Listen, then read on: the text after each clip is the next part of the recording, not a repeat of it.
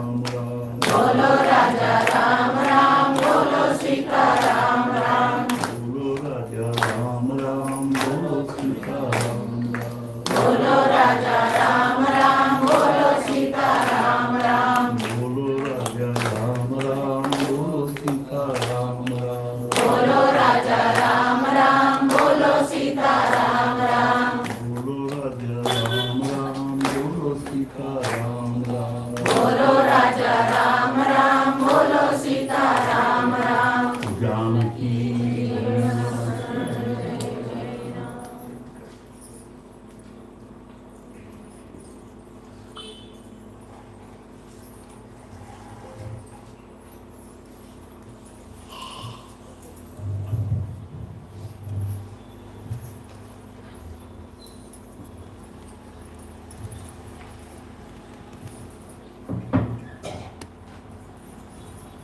ಆಧ್ಯಾತ್ಮಿಕ ದೃಷ್ಟಿಯಿಂದ ನಾವು ಮನುಷ್ಯ ಮಾತ್ರರಲ್ಲಿ ಮುಖ್ಯವಾಗಿ ಎರಡು ಪ್ರಕಾರ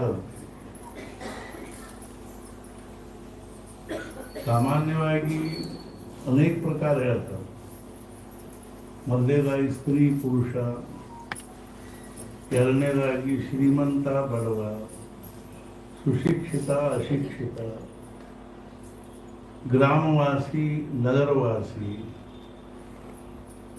ಹಿಂಗೆ ಅನೇಕ ಪ್ರಕಾರ ಮಾಡ್ತಾರೆ. ಆದರೆ ಆಧ್ಯಾತ್ಮಿಕ ದೃಷ್ಟಿಯಿಂದ ಮುಖ್ಯವಾಗಿ ಎರಡೇ ಪ್ರಕಾರ. ಒಂದೇನು ಅಂದ್ರೆ ಜ್ಞಾನಿ, ಇನ್ನೊಂದೇನು ಅಜ್ಞಾನಿ. ಜ್ಞಾನಿ ಅಂದ್ರೆ ಏನು, ಅಜ್ಞಾನಿ ಅಂದ್ರೆ ಏನು ಅಂತ ಕೇಳಿದರೆ,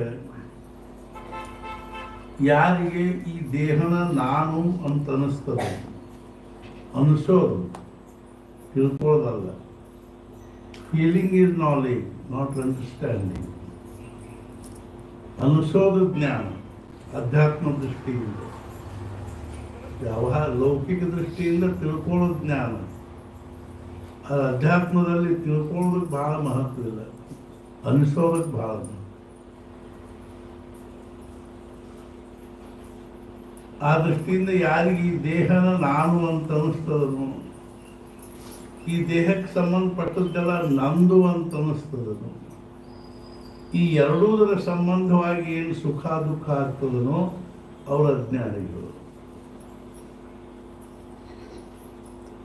ನಂದು ಅಂತ ಏನೇನು ಅನ್ನಿಸ್ತದೋ, ಮನಿ ಮಾರು ಹೆಂಡತಿ ಮಕ್ಕಳು ಪ್ರಪಂಚ ವ್ಯವಹಾರ ದುಡ್ಡು ವಸ್ತು ಅಡಿವಿ, ಇದೆಲ್ಲ ಯಾರಿಗೆ ನಂದು ಅನ್ನಿಸ್ತದನೋ ಅವರು ಮತ್ತು ಈ ದೇಹವೇ ನಾನು ಅಂತ ತಿಳ್ಕೊಂಡವರು ಅಜ್ಞಾನಿಗಳು.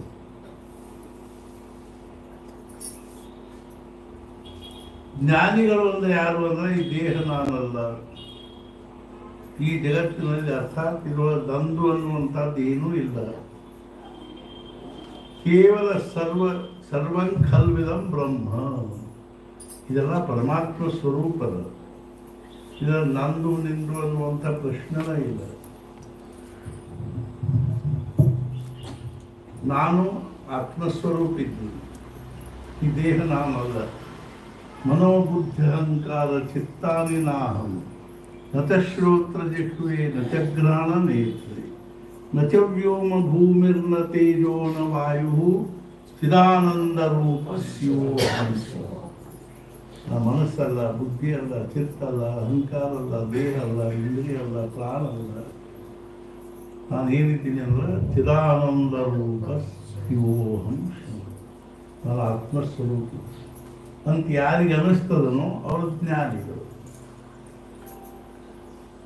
ಸಾಮಾನ್ಯವಾಗಿ ಜ್ಞಾನದ ಲಕ್ಷಣ ಏನು ಅಂದ್ರೆ, ಎಲ್ಲಿ ಜ್ಞಾನದನೋ ಅಲ್ಲಿ ಪ್ರಕಾಶದ, ಎಲ್ಲಿ ಪ್ರಕಾಶದನೋ ಅಲ್ಲಿ ಸುಖ, ಎಲ್ಲಿ ಅಜ್ಞಾನದನೋ ಅಲ್ಲಿ ಅಂಧಕಾರ, ಎಲ್ಲಿ ಅಂಧಕಾರದನೋ ಅಲ್ಲಿ ದುಃಖ. ಕತ್ಲಿ ಒಳಗೆ ಅಡ್ಡಾಡಲಿಕ್ಕೆ ಕೆಡುತ್ತೀವಿ, ಬೀಳ್ತೀವಿ, ಮತ್ತೆ ಕಂಬಕ್ಕೆ ಹಾಯ್ತೀವಿ, ಅಲ್ಲಿ ದುಃಖದ. ಜ್ಞಾನ ಅನ್ನುವಂಥ ಪ್ರಕಾಶದಲ್ಲಿ ದುಃಖ ಇಲ್ಲ. ಯಾರಿಗೆ ಈ ದೇಹ ನಾನಲ್ಲ, ನಾನು ಆತ್ಮಸ್ವರೂಪ ಇದ್ದೀನಿ ಅಂತ ಅನಿಸೋದ್ರ ಜೊತೆಗೆ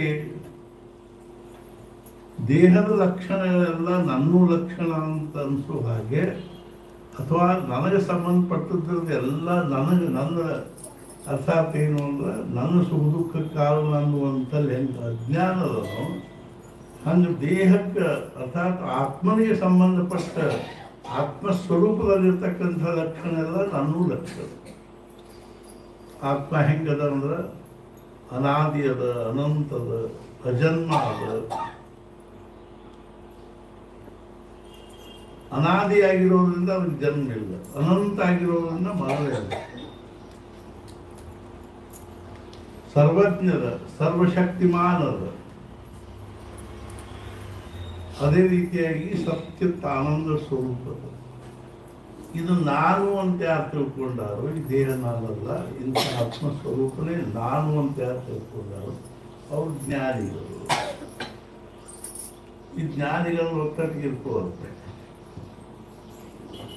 ಈ ಅಜ್ಞಾನಿಗಳು ಅಂತನ್ನುವಂಥ ನೋಡಿ, ಈ ದೃಷ್ಟಿಯಿಂದ ಜ್ಞಾನಿ ಮತ್ತು ಅಜ್ಞಾನಿಗಳಲ್ಲಿ ಸಂಖ್ಯಾ ದೃಷ್ಟಿಯಿಂದ ಎಷ್ಟು ವ್ಯತ್ಯಾಸ. ಎಲ್ಲೋ ಕೋಟಿಗೊಬ್ಬ ಜ್ಞಾನಿ ಸಿಗ್ತಾರೆ, ಉಳಿದದ್ದು 99,99,999 ಅಜ್ಞಾನಿಗಳು. ಮನುಷ್ಯಾಣಾಂ ಸಹಸ್ರೇಷು ಕಷ್ಟಿದ್ಯತತಿ ಸಿದ್ಧೈ. ಸಾವಿರಾರು ಮಂದಿಯೊಳಗೆ ಯಾರೋ ಒಬ್ಬರಿಬ್ಬರು ಅದನ್ನ ಪಡ್ಕೋಬೇಕು ಅನ್ನೋ ಪ್ರಯತ್ನ ಮಾಡ. ಯತತಾಮಪಿ ಸಿದ್ಧಾನಾಂ ಕಶ್ಚಿನ್ ಮಾಂ ವೇತಿ ತತ್ವತಃ. ಪಡ್ಕೋಬೇಕು ಅನ್ನುವಂಥ ಪ್ರಯತ್ನ ಮಾಡ್ತಕ್ಕಂಥ ಸಾವಿರಾರು ಮಂದಿಗಳಲ್ಲಿ ಅವನು ಒಬ್ಬರು ಪಡ. ಎಷ್ಟು ಕಠಿಣ ಅದ ನೋಡಿ. ಯಾಕೆ ಇಷ್ಟೊಂದು ಕಠಿಣ ಅದ, ಅಥವಾ ಇದ್ರೊಳಗಿರ್ತಕ್ಕಂಥ ವೈಶಿಷ್ಟ್ಯ ಇದೆ ಎರಡೂರೊಳಗೂ.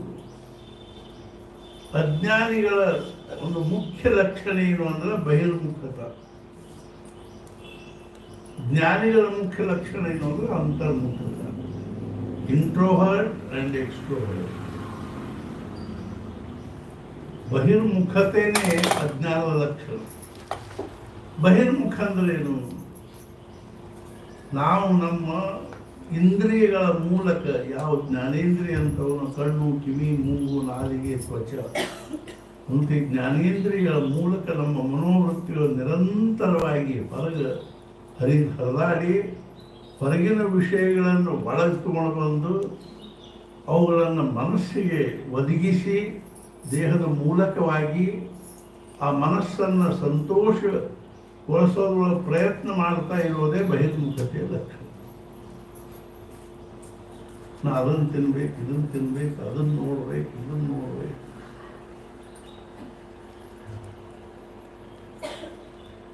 ಇದೊಂದು ಚೂರು ಮತ್ತೊಂದು ವಿಷಯ. ನಮಗೆ 5 ಜ್ಞಾನೇಂದ್ರಿಯಗಳು. ಒಂದು ಅಧ್ಯಾತ್ಮದಲ್ಲಿ ಇದು ಒಂದು ಮಹತ್ವದ ವಿಚಾರ. ಏನು ಅಂದ್ರೆ ಈ 5 ಜ್ಞಾನೇಂದ್ರಿಯಗಳ ಅನುಭವದ ಒಂದು ಶ್ರೀಮಂತಿಕೆ ಅಂತ ಇರ್ತದೆ. ಅನುಭವದ ಶ್ರೀಮಂತಿಕೆ ಅದು ಹೆಂಗದು?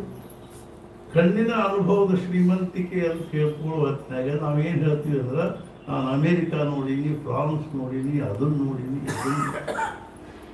ಅವ್ರು ನೋಡೀನಿ, ಇವ್ರು ನೋಡೀನಿ, ಲಾಲ್ ಬಹದ್ದೂರ್ ಶಾಸ್ತ್ರಿ ನೋಡೀನಿ, ನೆಹರು ನೋಡೀನಿ. ನಾವು ನೆಹರು ನೋಡೀನಿ. ಸಣ್ಣವರಿದ್ದಾರೆ ಮಹಾಲಿಂಗಪುರಕ್ಕೆ ಬಂದಿದ್ರು ಅವರು. ನಾವು ಛತ್ರಿ ಉಳ್ಕೊಂಡು ಹೋಗಿದ್ವಿ. ಅದರ ನಾವು ನೆಹರು ನೋಡೀವಿ, ನಾವು ಮಹಾರಾಜರು ನೋಡೀವಿ. ಇದು ಕಣ್ಣಿನ ಅನುಭವದ ಶ್ರೀಮಂತಿಕೆ. ಇನ್ನು ನಾಲಿಗೆ ಅನುಭವದ ಶ್ರೀಮಂತಿಕೆ, ನಾವು ಉತ್ತರ ಭಾರತ ಏನು ಊಟ ಮಾಡಿವಿ, ದಕ್ಷಿಣ ಭಾರತ ಅದನ್ನು ತಿಂದೀವಿ, ಇದನ್ನು ತಿಂದೀವಿ. ಈ ನಾಲಿಗೆ ಅನುಭವದ ಶ್ರೀಮಂತಿಕೆ. ಮೂಗಿನ ಅನುಭವದ ಶ್ರೀಮಂತಿಕೆ, ನಾವು ಅತ್ತರ ವಾಸನೆ ನೋಡಿ ನಾಗಿ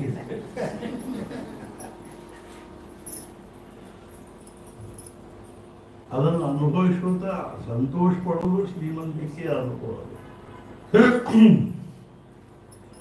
ಅದೇ ರೀತಿ ಕಿವಿ, ಅವ್ರ ಸಂಗೀತ ಕೇಳಿ, ಇವ್ರ ಸಂಗೀತ ಕೇಳಿ, ಭೀಮಸೇನ್ ಜೋಶಿ ಸಂಗೀತ ಕೇಳಿ. ಇದು ಶ್ರವಣೇಂದ್ರಿಯದ ಅನುಭವಗಳ ಶ್ರೀಮಂತಿಕೆ.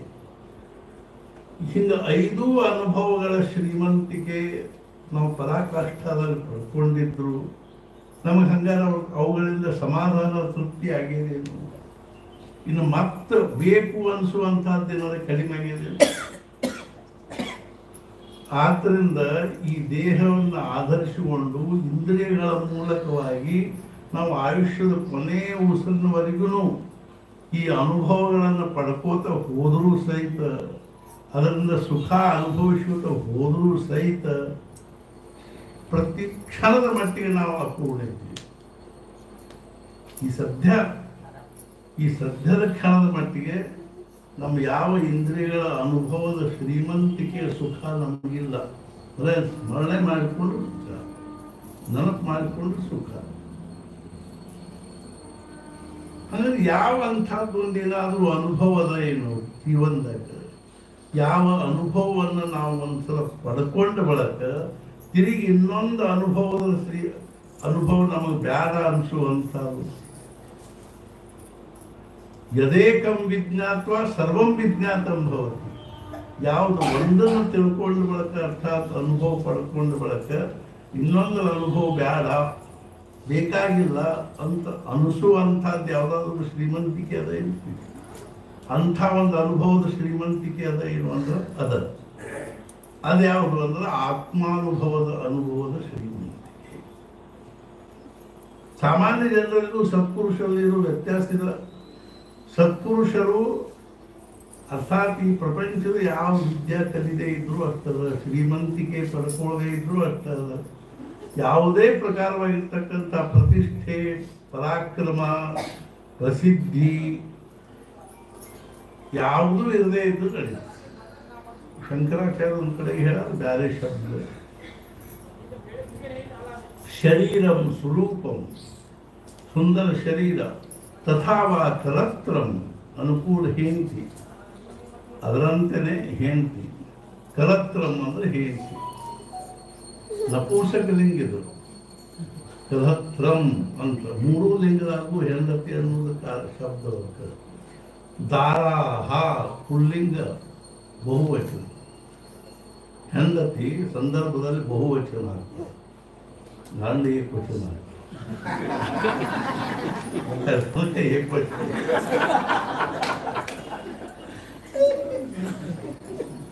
ನಿನ್ನೆ ಒಂದು ಶ್ಲೋಕ ಹೇಳಿದ್ವಿ, ದುಃಖದ ಬಗ್ಗೆ ಹೇಳಿಕತ್ತಿದ್ವಿ. ಜನ್ಮ ದುಃಖಂ ಮೊದಲೇ ಜನ್ಮ ದುಃಖ, ಜರಾ ದುಃಖಂ ವಾರ್ಧಕ್ಯ ದುಃಖ, ಜಾಯ ದುಃಖಂ ಪುನಃ ಪುನಃ. ಜಾಯ ಅಂದ್ರೆ ಹೆಂಡತಿ. ಇದನ್ನು ಹೇಳುವಟ್ನಾಗಿ ಹೆಂಡತಿ 3 ಲಿಂಗದೊಳಗೂ ಆಕಿದ ಪ್ರತಿಕ್ರಿಯೆ ಇರ್ತದೆ ಅಂತ ಹೇಳಿ, ಒಂದು ಸ್ತ್ರೀಲಿಂಗಾಗಿ, ಒಂದು ಪುಲ್ಲಿಂಗಾಗಿ, ಒಂದು ನಪುಂಸಕಲಿಂಗ. ನಪುಂಸಕಲಿಂಗ ಅಂದ್ರೆ ಬಡಿಗೆ ಹೊಲಿಗೆ.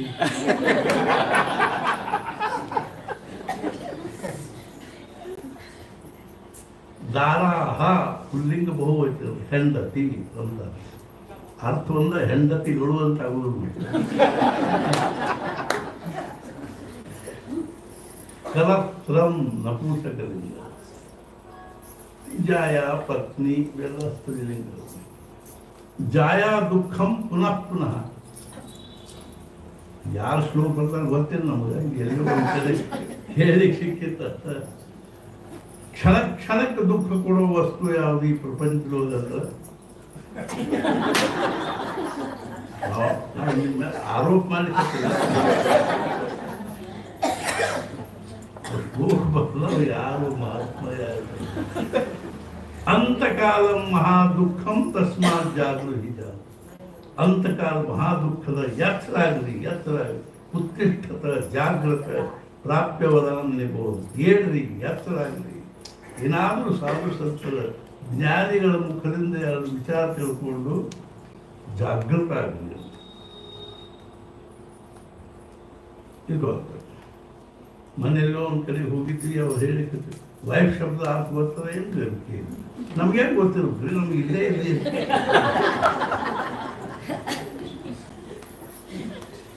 ಅವ್ರು ಹೇಳಿದ್ರು ವರೀಸ್ ಇನ್ವೈಟೆಡ್ ಫಾರ್ ಎವರ್.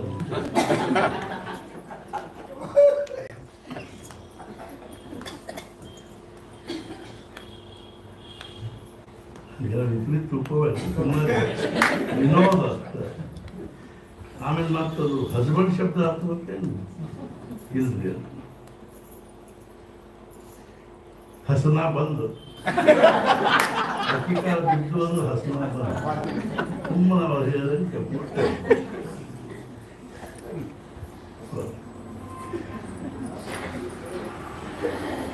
ಶರೀರಂ ಸ್ವರೂಪಂ ತಥಾವ ಕರತ್ವ ಯಶಶ್ಚಾರು ಚಿತ್ರಂ ಧನಂ ಮೇರು ತುಲ್ಯಂ ಗುರೋರಂಗ್ರಿ ಪದ್ಮೇ ಮನಶ್ಚೇನ್ನ ಲಗ್ನಂ ತತಃ ಕಿಂ ತತಃ ಕಿಂ ತತಃ ಕಿಂ ವಿದೇಶೇಷು ಮಾನ್ಯ ಸ್ವದೇಶೇಷು ಧನ್ಯ ಸದಾಚಾರ ವೃತ್ತೇಷು ಮತ್ತೋನ ಚಾನ್ಯ ಗುರೋರಂಗ್ರಿ ಪದ್ಮೇ ಮನಶ್ಚೇನ್ನ ಲಗ್ನಂ ತತಃ ಕಿಂ ತತಃ ಕಿಂ ತತಃ ಷಡಂಗಾದಿ ವೇದೋ ಮುಖೇ ಶಾಸ್ತ್ರ ವಿದ್ಯಾ ಕವಿತ್ವಾದಿ ಗದ್ಯಂ ಸುಪದ್ಯಂ ಕರೋತಿ ಗುರೋರಂಗ್ರಿ ಪದ್ಮೇ ಮನಶ್ಚೇನ್ನ ಲಗ್ನಂ ತತಃ ಕಿಂ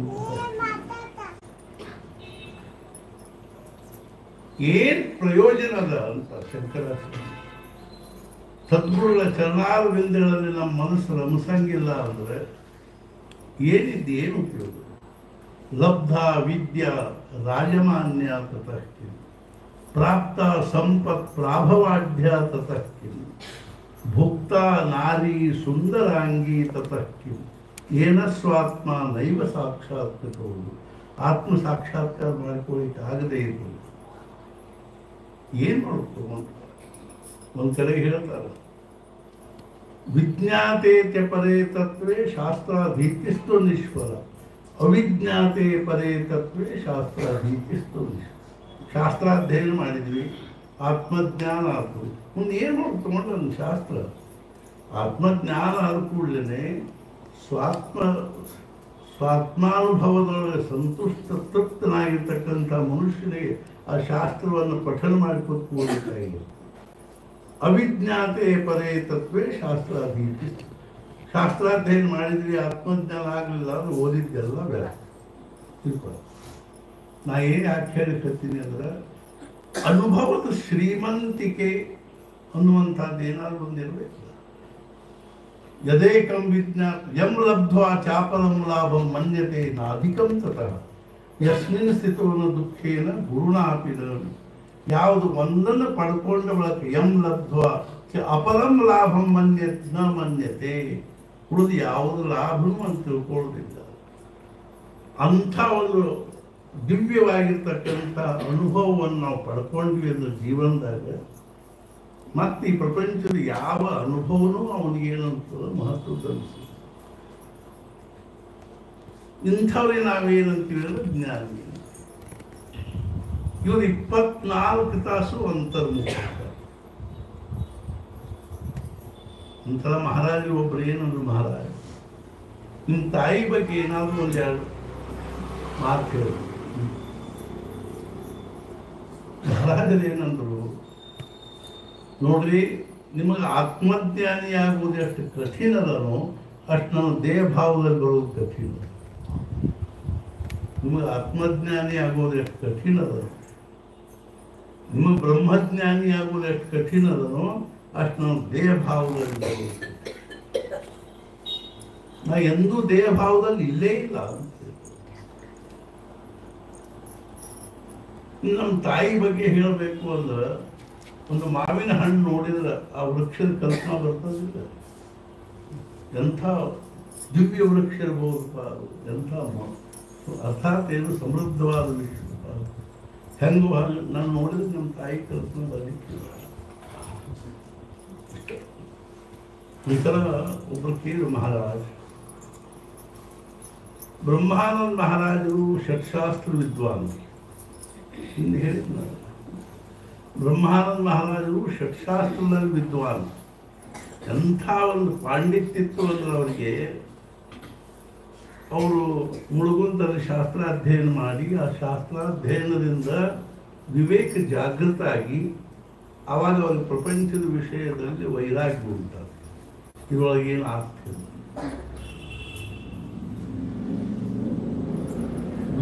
ವಿವೇಕ ಅಂದ್ರೆ ಏನು ಅಂದ್ರೆ ವಿವಿಚ್ಯತೆ ಇತಿ ವಿವೇಕ. ಆರಿಸೋದು. ಹೆಂಗೆ ಆರಿಸೋದು ಅಂದ್ರೆ ಅಕ್ಕಿ ಒಳಗಿನ ಹಳ್ಳಿ ಹೆಂಗೆ ಆರಿಸ್ತೀವೋ ಹಂಗೆ ಈ ಪ್ರಪಂಚದೊಳಗೆ ನಮ್ಮ ಮಿಥ್ಯ ಆಗಿರೋ ವಸ್ತುವನ್ನು ತೆಗೆದು ಹಾಕೋದಕ್ಕೆ ವಿವೇಕ. ಮಹಾರಾಜರತ್ನ ಭಾಳ ಚಂದ ಉದಾಹರಣೆ ಹೇಳಿದ್ರು. ವಿವೇಕ ಇದ್ರೆ ಹೆಂಗಿರಬೇಕು. ಮಹಾರಾಜರು ಅಲ್ಲ ಅರ್ಥಾತ್ ಒಬ್ಬ ತನ್ನ ಮಗನಿಗೆ ಏನಂದ, 7-8 ವರ್ಷದ ಹುಡುಗ, 8-10 ವರ್ಷದ ಹುಡುಗನಿಗೆ ಏನಂದ, ಈ 2,000 ರೂಪಾಯಿ ಇಟ್ಕೋ ಕಿಸಿದಾಗ. ಎಲ್ಲೋ ಒಂದು ಕಡೆ 1,000 ಅಂದ್ರಿ, ಒಬ್ರು ಯಾರೋ ಅಂದರು 1,000 ನೋಟ್ ಇಲ್ರಿ ಈಗ ಅಂದರು. ನಾನು 2,000 ಇಟ್ಕೊಳ್ತೀವಿ. 1,000 ನೋಟ್ ಇಲ್ಲ.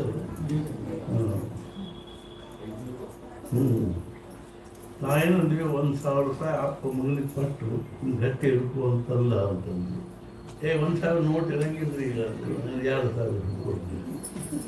ಅವ 2,000 ರೂಪಾಯಿ ಕೊಟ್ಟು ಒಂದು ಸಾಮಾನು ಲೀಸ್ಟ್ ಬರೋದು ಕೊಟ್ಟು, ಈ ಸಾಮಾನು ತೊಗೊಂಬ ಮತ್ತು ನೋಟ್ ಜ್ವಾಕಿ ಅಂತ ಕಳ್ಕೊಂಡು ಜ್ವಾಕಿ. ಒಂದು ಹಟ್ಟಕ್ಕೆ ಕಿಸಿದ ಹಾಕೊಂಡು ಹಿಡ್ಕೊಂಡು ಹೋದ. ಅವ್ನಿಗೆ ಚೀಟಿ ಕೊಟ್ಟ, ಅವ್ನು ಸಾಮಾನು ಕಟ್ಟಿ ಕೊಟ್ಟ. ಈ ಹುಡುಗ ಏನು ಮಾಡಿದ, ನೋಟ್ ಅವ್ನ ಕ್ಯಾಕ್ ಕೊಟ್ಟ. ಅಂಗಡಿಯವ ಏನು ಮಾಡಿದ, ಹತ್ರ ಇಟ್ಲ ನೋಡಿದ, ಇದು ಪಟ್ಟಿದ ಖೋಟಾ ನೋಟು. ಮುಂದೆ ಏನು ಮಾಡ್ತಾರೆ, ಅದಕ್ಕೊಂದು ಪೈಸೆ ಇದ್ದರೆ ಕಿಮ್ಮತ್ತದ. ಘಟಾರದಾಗ ಹೋಗಿದ್ದೀವಿ. ಹಂಗೆ ಯಾರಿಗೆ ಪ್ರಪಂಚ ಮಿಥ್ಯ ಅನ್ನಿಸ್ತೀವೋ ಅವ್ರು ಏನು ಮಾಡಬೇಕು, ಗಟ್ಟಿ ಹಿಡ್ಕೋಬೇಕಿಂತ.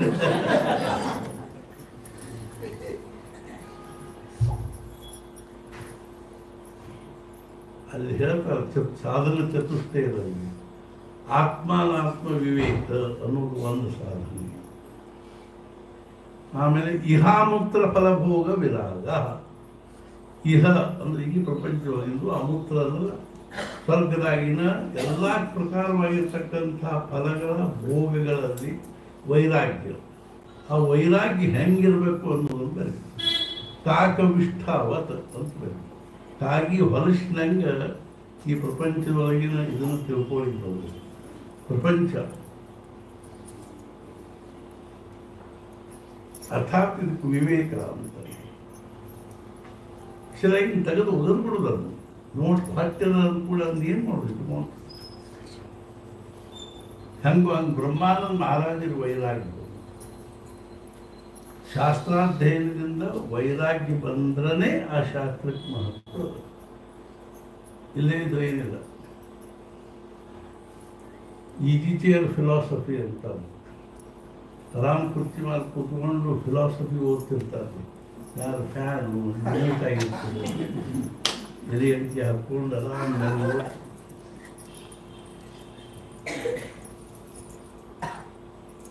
ಆ ಫಿಲಾಸಫಿ ಏನಾಗ್ತದೆ. ಎಲ್ಲ ಫಿಲಾಸಫಿ ಪ್ರೊಫೆಸರ್ಗಳೆಲ್ಲ ಆತ್ಮಜ್ಞಾನಿ ಆಗ್ತದೆ. ಅನುಕೂಲ ಅವ್ರಿಗೆ ಮರುದಿವಸ ಅವ್ರ ಅಣ್ಣ ಅವ್ರಿಗೆ ಒಂದು ಕನ್ಯಾ ನೋಡಿ ಇವ್ರು ಬೆಳಧಡಿ ಬಂದಿದ್ರು. ಬೆಳಧಡಿಯಿಂದ ಇವ್ರು ಕರ್ಕೊಂಡು ಹೋಗಿ ಬಂದರು. ಬರಾವರಿದ್ದು ಅದು ಹರ್ಲಾಪುರ ಅಂತ ಒಬ್ಬರಿಂದ ಇವ್ರಿಗೆ ತಿಳಿತರು. ನಾಳೆ ನಿಮ್ಮ ಅಣ್ಣ ಕನ್ಯಾ ನೋಡಿದಕ್ಕಾದ ನಿಮ್ಮಮ್ಮನ ಆಗ್ರಹದಿಂದಾಗಿ ನಿನ್ನ ಕರ್ಕೊಂಡು ಹೋಗಿದ್ದು ಬರಾವರಿದ್ದು. ಅಂದ್ರು ಯಾವುದೇ ಉತ್ತರ ದಕ್ಷಿಣ ಭಾರತದಲ್ಲಿ ಒಬ್ಬರು ಸದಾಶಿವ ಬ್ರಹ್ಮೇಂದ್ರ ಯೋಗಿಗಳು ಅಂತ ಆ ದೊಡ್ಡ ಸತ್ಪುರುಷರು. ಚಂದ್ರಶೇಖರ ಭಾರತೀ ಸ್ವಾಮಿಗಳ ಗುರುಗಳು ನರಸಿಂಹ ಭಾರತೀ ಸ್ವಾಮಿಗಳು ಆ ಸದಾಶಿವ ಬ್ರಹ್ಮೇಂದ್ರ ಯೋಗಿಗಳ ಬಗ್ಗೆ ಸ್ತೋತ್ರ ಬರೆದರು. ಅವರು ಹಾಡವರಿಗೆ ಸಂಗೀತಗಾರ ಹಾಡ್ತಿರ್ತಾರೆ. ಮಾನಸ ಪಿಬರೆ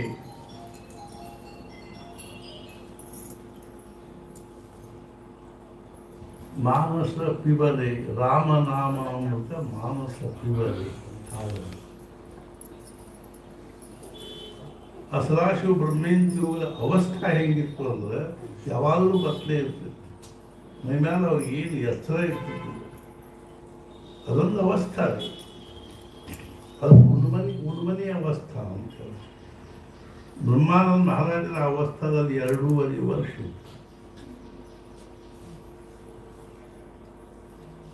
ಅವ್ರು ಹಿಂಗೆ ಅಡ್ಡಾಡ್ಕೊತ ಕಾವೇರಿ ದಂಡಿಗೆ ಒಬ್ಬ ಮುಸಲ್ಮಾನ್ ಸರ್ದಾರ ಅಥವಾ ಇವ ಅಧಿಕಾರಿ ಇಬ್ಬರು ತನ್ನ ಹೆಂಡಂದ್ರ ಜೊತೆ ಸ್ನಾನ ಮಾಡಲಿಕ್ಕೆ ಅವ್ರು ಸ್ನಾನ ಮಾಡಿ ಹೆಣ್ಮಕ್ಳು ಬಟ್ಟೆ ಉಟ್ಕೊಳ್ಕತ್ತಿದ್ರು.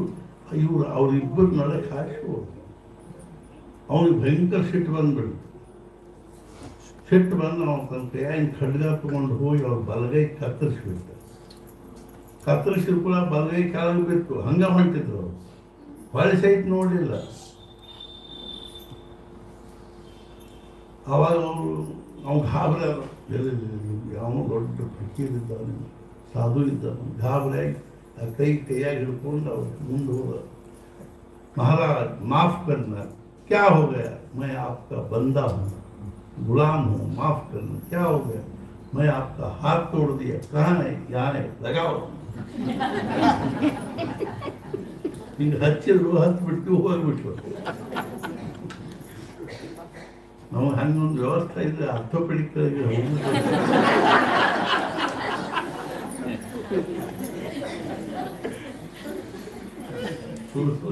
ಅದು ಮೂಲದಲ್ಲಿ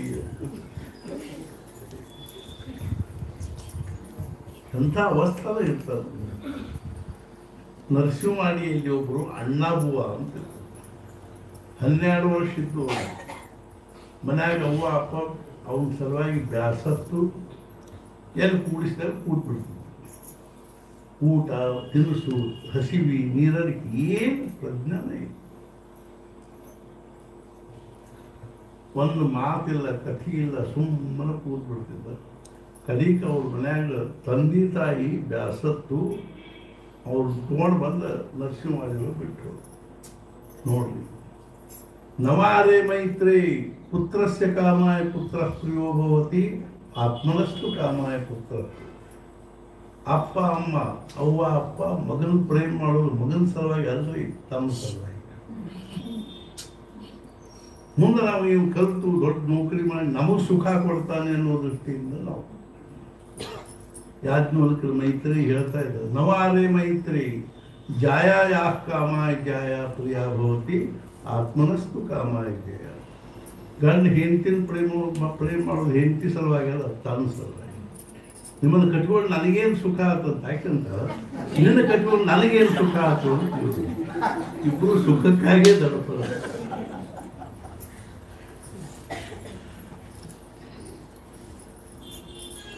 ಅಪ್ಪ ಅಮ್ಮ ಸ್ವತಃ ಬಂದು ಕೂಸಿನ ಹುಡುಗನ ಗಾಣಿಗಾರ ಮನೆಯಾಗಿ ಇರ್ತಿದ್ರು, ಮಲ್ಕೋತಿದ್ರು. ಯಾರಾದ್ರೆ ಒಂದಿಷ್ಟು ಏನಾದ್ರು ರೊಟ್ಟಿ ಪಟ್ಟಿ ಬಿಸ್ಕಿಟು ಚಾಕ್ಲೇಟ್ ತೊಗೊಳ್ಕೋತಿದ್ರು. ಬತ್ತಲೇ ಇರ್ತಿದ್ರು 24 ತಾಸು. ಈ ತಬಲಾ ರಿಪೇರಿ ಮಾಡೋರು ಎಣ್ಣೆ ಆಗ್ತಾ ಇಲ್ಲ. ಸೊ ತಬಲಾ ಬಾರ ಜಕ್ಕೋತ ಕೂಡ್ಬೇಕು. ಹೋಮ್ ಸ್ವಲ್ಪ ತಿಂಡಿ ಕೊಡಬೇಕು. ಏನು ವಿಲಕ್ಷಣ ಅವಸ್ಥೆ ಇತ್ತು ಅಂದ್ರೆ ಅವ್ರದ್ದು. ಒಂದು ದಿವಸ ಒಂದು 5-6 ಹುಡುಗರು ಸೇರಿ ಉಡಾಳ ಹುಡುಗರು ಅವ್ರಿಗೆ ಒಂದಿಷ್ಟು ಹಸಿ ಮೆಣಸಿನ್ಕಾಯಿ ತಿನ್ನಿಸಿದ್ರು. ತಿನ್ನಲಿಲ್ಲ ಕತೆ ತಿಂತೀವಿ. ಅದ್ರ ಪರಿಣಾಮ ಏನಾಯ್ತು ಅಂದ್ರೆ ಹಿಂದೆ ಮೂಳ್ವ್ಯಾಧಿದು ಹೊರಗೆ ಹಾಯ್ದು ಅದರಿಂದ ರಕ್ತ ಅದನ್ನ ನಾಯಿ ನೆಕ್ಕೋತ ಹೋಗ್ತಿದ್ವಿ. ಆ ಹುಡುಗರು ಅನ್ಬೇಕು, ಅನ್ಯ ನೋಡಲ್ಲೇ ನಾಯಿ ನೆಕ್ಕಲ್ಕತ್ತೇವೆ. ಕುತ್ತಾ ಜಾನೆ ಚಮಡಿ ಜಾನೆ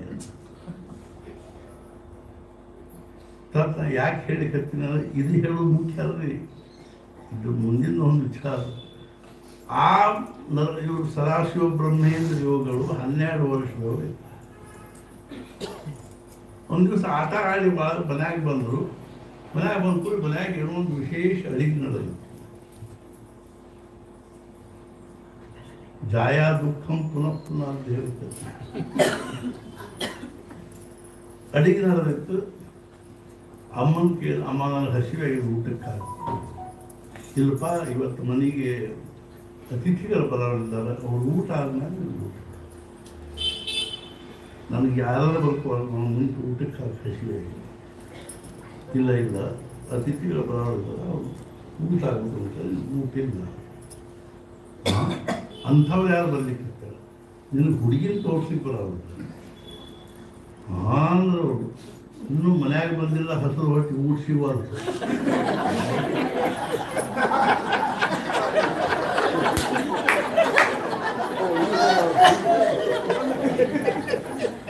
ಬಂದ್ರೆ ಏನಾಗ್ತದೆ ಅಂತ ಬಾಬಲೆ ಹಿತ್ತಲ ಬಾಗಿಲೇ ಓಡ್ ಹೋದಾಗ ಕೊಡಬೇಕು ಅವರ ಸದಾಶಿವ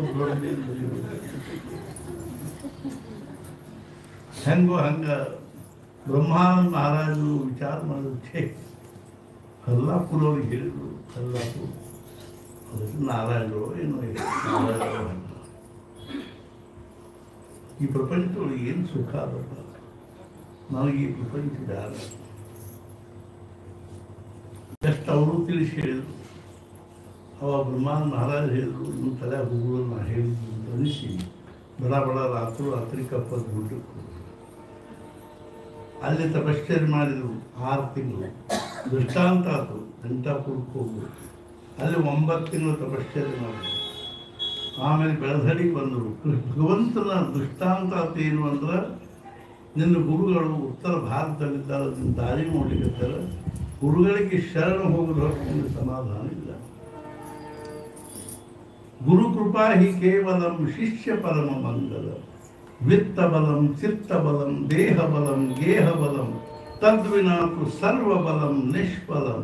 ಗುರು ಕೃಪಾ ಹಿ ಕೇವಲ, ಸದ್ಗುರುಗಳ ಕೃಪಾ ಆದ ಮಾತ್ರ ಸಮಾಧಾನದನೆ ಹೊರತು ಸಂಪಾದಿಸಿ, ವಿದ್ಯೆ ಸಂಪಾದಿಸಿ, ಜ್ಞಾನ ಸಂಪಾದಿಸಿ, ದುಡ್ಡು ಸಂಪಾದಿಸಿ, ಜಗತ್ತಿನೊಳಗೆ ಪ್ರತಿಷ್ಠೆ ಮಾನ ಗೌರವ ಪಡ್ಕೊಂಡು ಸುಖಿ ಆಗ್ತೀವಿ ಅಂದ್ರೆ ಇದೊಂದು ನಮಗೆ ಸೆಲ್ಫ್ ಹಿಪ್ನೋಟೈಸೇಷನ್ ಆಗಿದೆ. ಅದು ಯಾವುದ್ರೊಳಗೂ ಸುಖ ಇದೆ, ಎಲ್ಲ ಭ್ರಮೆ. ಅದು ಸದ್ಗುರುಗಳಿಗೆ ಶರಣ ಹೋಗಬೇಕು ಅಂದ್ರೆ ಮಾತ್ರ ಸಮಾಧಾನ. ಶಂಕರಾಚಾರ್ಯರಿಗೆ ಮುಂಚೆ 3 ಮಂದಿ ಶಿಷ್ಯರು, ಒಬ್ಬವ ಹಂಗಸಾದ ಶಿಷ್ಯ, 3 ಮಂದಿ ಸನ್ಯಾಸಿಗಳು, ಒಬ್ಬನ ಸಾದ. ಅವನ ಹೆಸರು ಗಿರಿ. ಮುಂಚೆ ಸುರೇಶ್ವರಾಚಾರ್ಯರು, ಪದ್ಮಪಾದಾಚಾರ್ಯರು, ಹಸ್ತಾಮರಕಾಚಾರ್ಯ, 3 ಮಂದಿ. ಗಿರಿಯನ್ನು ಮಾಡಿದ ನಿರಕ್ಷರ ಕುಕ್ಷಿ, ಒಂದು ಅಕ್ಷರ ಬರ್ತಿದ್ದಿಲ್ಲ. ಆದರೆ ಅವನ ಅಗ್ನಿ ಶ್ರದ್ಧೆಯಿಂದ, ಭಾವನೆಯಿಂದ, ಭಕ್ತಿಯಿಂದ, ನಿಷ್ಠೆಯಿಂದ ಶಂಕರಾಚಾರ್ಯ ಸೇವಾ ಮಾಡಿಕೊಂಡಿರ್ತೀವಿ. ಅವರಿಗೆ ಮಂದಿರ ತಂದು ಕೊಡೋದು, ಅವ್ರ ಬಟ್ಟೆ ಹೋಗಿದ್ದು, ಅವ್ರ ಪೂಜಾ ಇತ್ಯಾದಿಗಳ ಅನುಷ್ಠಾನದ ವ್ಯವಸ್ಥೆ ಮಾಡೋದು, ಭಿಕ್ಷಾದ ವ್ಯವಸ್ಥೆ ಮಾಡೋದು, ಮುಂಜಾನೆಯಿಂದ ಸಾಯಂಕಾಲ ತನಕ ಸೇವಾ ಮಾಡೋದು. ಉಳಿದವರೆಲ್ಲರೂ ಮಹಾನ್ ವಿದ್ವಾನ್ ಶಿಷ್ಯರು, ಅವರು ಭಾಷ್ಯ ಇರುವರು. ಆದರೆ ಇವರು ಬೆಳಗ್ಗೆ ಶಂಕರಾಚಾರ್ಯರು ತಮ್ಮದೆಲ್ಲ ಅನುಷ್ಠಾನ ಮುಗಿಸಿ 7-7:30 ಭಾಷ್ಯ ನಿರೂಪಣೆ. ಆವಾಗ ಇವನು ತಂದೆಲ್ಲ ಸೇವಾ ಮುಗಿಸಿ ಬಂದು ಕೂಡ್ತಿದ್ದ. ಇವನು ಏನೂ ಒಂದು ಅಕ್ಷರ ತೆಗಿತಿದ್ದಿಲ್ಲ. ಅವಾಗ ಸುಮ್ಮನೆ ಶಂಕರಾಚಾರ್ಯ ಮಾರಿ ನೋಡ್ಕೋತ. ಒಂದು ದಿವಸ ಅವನಿಗೆ ನದಿಯಿಂದ ಶಂಕರಾಚಾರ್ಯ ಬಟ್ಟೆ ಒಪ್ಕೊಂಡು ಮಡ್ನೀರು ತುಂಬಿಕೊಂಡು ಬರ್ಲಿಕ್ಕೆ ತಡ. 5 ನಿಮಿಷ, 10 ನಿಮಿಷ, 15 ನಿಮಿಷ ಆಯ್ತು. ಶಂಕರಾಚಾರ್ಯ ಸುಮ್ಮನೆ ಕೂತಾರೆ. ಪಾದಾಚಾರ್ಯ ತಡ್ಕೊಳಿಕ್ಕೆ ಮಹಾರಾಜ್ ಭಾಷ್ಯ ಶುರು. ಗಿರಿ ಬರಲಿ ಅವನು ಅಂದ ಕೂಡಲೇ ಅವ್ರು ಏನಂದ್ರು, ಗಿರಿ ಬರಲಿ, ಗುಂಡು, ಇದು ಬಂಡೆ, ಕಲ್ಲು, ಗುಂಡು ಅವ ಶುರು ಮಾಡಿ. ಇಷ್ಟ ನಾನು ಅಲ್ಲೇ ಅನುಗ್ರಹ ಮಾಡಿ. ತಲೆ ಮೇಲೆ ಕೊಡ, ಹೆಗಲ ಮೇಲೆ ಬಟ್ಟೆ, ಹತ್ತಿರದಿಂದ ಬರ್ಲಿಕ್ಕೆ ಹೆಗಲ ಮೇಲೆ ಕೊಡ, ಒಂದು ಹೆಗಲ ಮೇಲೆ ಬಟ್ಟೆ. ವಿದಿತಾಖಿಲ ಶಾಸ್ತ್ರ ಸುಧಾ ಜಲದೆ महितोपनिषत् कथितार्थमते हृदये कलये विमलं चरणं भवशंकर देशिक मे शरणं भवशंकर देशिक मे शरणं. ತ್ರೋಟಕ ವೃತ್ತದಲ್ಲಿ ಸ್ತೋತ್ರ ಮಾಡಿಕೊತ ಬರ್ಲಿಕ್ಕೆ ಅಷ್ಟರಿಗೂ ಆಶ್ಚರ್ಯ ಶಿಷ್ಯನಿಗೆ. ಒಂದು ಅಕ್ಷರ ಬರದೇ ಇರ್ತಕ್ಕಂಥ ಮನುಷ್ಯ ಇವತ್ತು ಎಷ್ಟು ಸುಂದರವಾದ ಸ್ತೋತ್ರ ಮಾಡ್ಕೊಂಡು ಬರ್ಲಿಕ್ಕೆ ಅಂತಂದು ಎಲ್ಲರೂ ತಲೆ ಕೆಳಗೆ ಹಾಕಿ ಅವ್ರು ಬಂದು ತಮ್ದೆಲ್ಲ ಇದು ಮಾಡಿಟ್ಟು ನಮಸ್ಕಾರ ಗಿರಿ ಇವತ್ತಿನ ಭಾಷೆ ನೀನೇ ಹೇಳು ಗುರು ಕೃಪಾ ಶಿಷ್ಯ ಪರಮ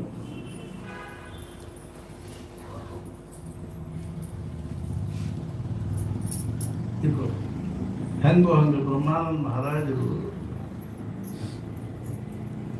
9 ತಿಂಗಳಲ್ಲಿ ಅನುಷ್ಠಾನ ಮಾಡಿರ್ಬೇಕಾದ್ರೆ ದೃಷ್ಟಾಂತ ಏನು ಉತ್ತರ ಭಾರತ ನಿಮ್ಮ ಸದ್ಗುರು ಕಾಯಿ ನಾವು ಹೋಗಂಗಿಲ್ಲ ಅಂದ್ರೆ ಅವರು ಬ್ರಹ್ಮಾನಂದ ಅನಂತ ಶಾಸ್ತ್ರಿಗಳು ನನಗೆ ಬೇಡ ಯಾವ ಗುರು ಬೇಡ ಯಾರು ಬೇಡ ನೀ ಮಾತ್ರ ಬೇಕು ನನಗೆ ನಾನು ನಿನ್ನ ಬಿಟ್ಟು ಹೋಗೋದಿಲ್ಲ ನಾ ಅವಾಗ ಲಕ್ಷ್ಮೀ ವೆಂಕಟೇಶ್ ಕೇಳಿದ ನೋಡು ನಾ ನೀನನ್ನು ಬೇಕಾದಷ್ಟು ಆರಾಧನೆ ಮಾಡಿ ಉಪಾಸನೆ ಮಾಡಿ ನಿನಗೆ ಆತ್ಮಜ್ಞಾನ ಬೇಕಾದ್ರೆ ಸದ್ಗುರುಗಳಿಗೆ ಶರಣ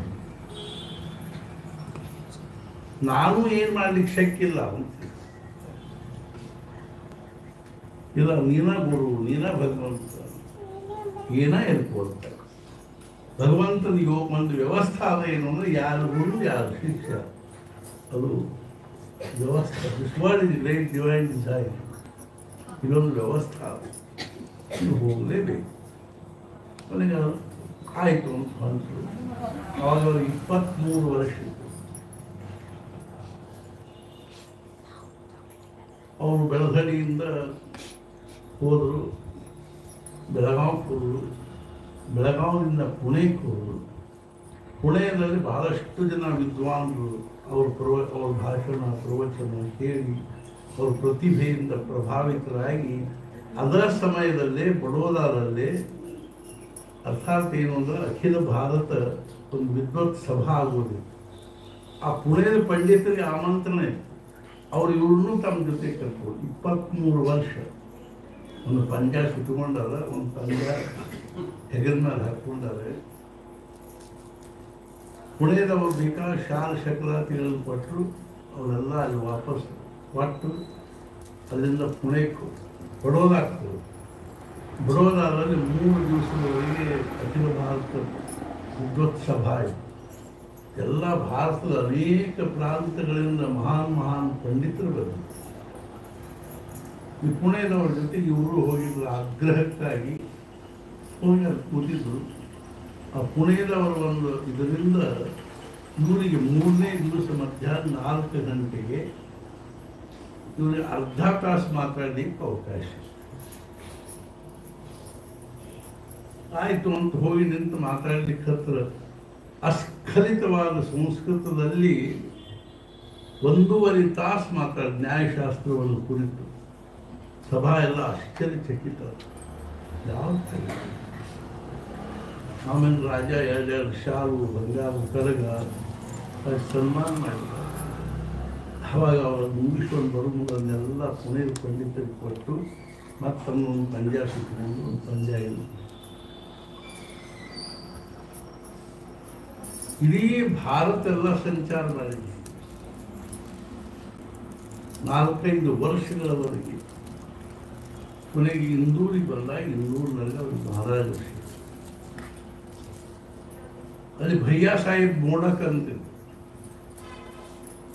ಇವರು ಒಂದು ಮಾರುತಿ ಮಂದಿರದಾಗ ಮುಖ ಮಾಡಿದ್ರು ಅವಾಗ ಅಲ್ಲಿ ಭಯ್ಯಾ ಸಾಹೇಬ್ ಮೋಡಕ್ ಅವ್ರ ದಿನ ಸಂಜಿನಾಗ ಅಲ್ಲಿ ದರ್ಶನ ಕೊಡ್ತಾರೆ ಭಯ್ಯಾ ಸಾಹೇಬ್ ಮೋಡಕ್ ಅಡ್ರೆಸ್ಗಳು ಅವರು ದೊಡ್ಡ ಶ್ರೀಮಂತರ ಮೊಮ್ಮಗ ಆದ್ರೆ ಇವ್ರ ಕಾಲಕ್ಕೆ ಶ್ರೀಮಂತಿ ಇರಲಿಲ್ಲ ಎಷ್ಟು ಶ್ರೀಮಂತರಿದ್ರು ಅಂದ್ರೆ ಇಂದೂರು ರಾಜಾಗ ಸಾಲ ಕೊಡ್ಬೇಕು ಶ್ರೀಮಂತ ಅವ್ರ ಮನೆಯೊಳಗೆ ನಾಣ್ಯಗಳು ಚೀಲ ತುಂಬಿ ಅಂಡರ್ಗ್ರೌಂಡ್ನಾಗ ಇಟ್ಟಿದ್ರು ಹಿಂಗೆ ಶೇರ್ ಯಾವ್ದಾದ್ರು ಸಾಲ ಕೊಡ್ತೀವಿ ನಮ್ಗತ್ತೆ 10 ಸಲ ಎಣಿಸಾಗ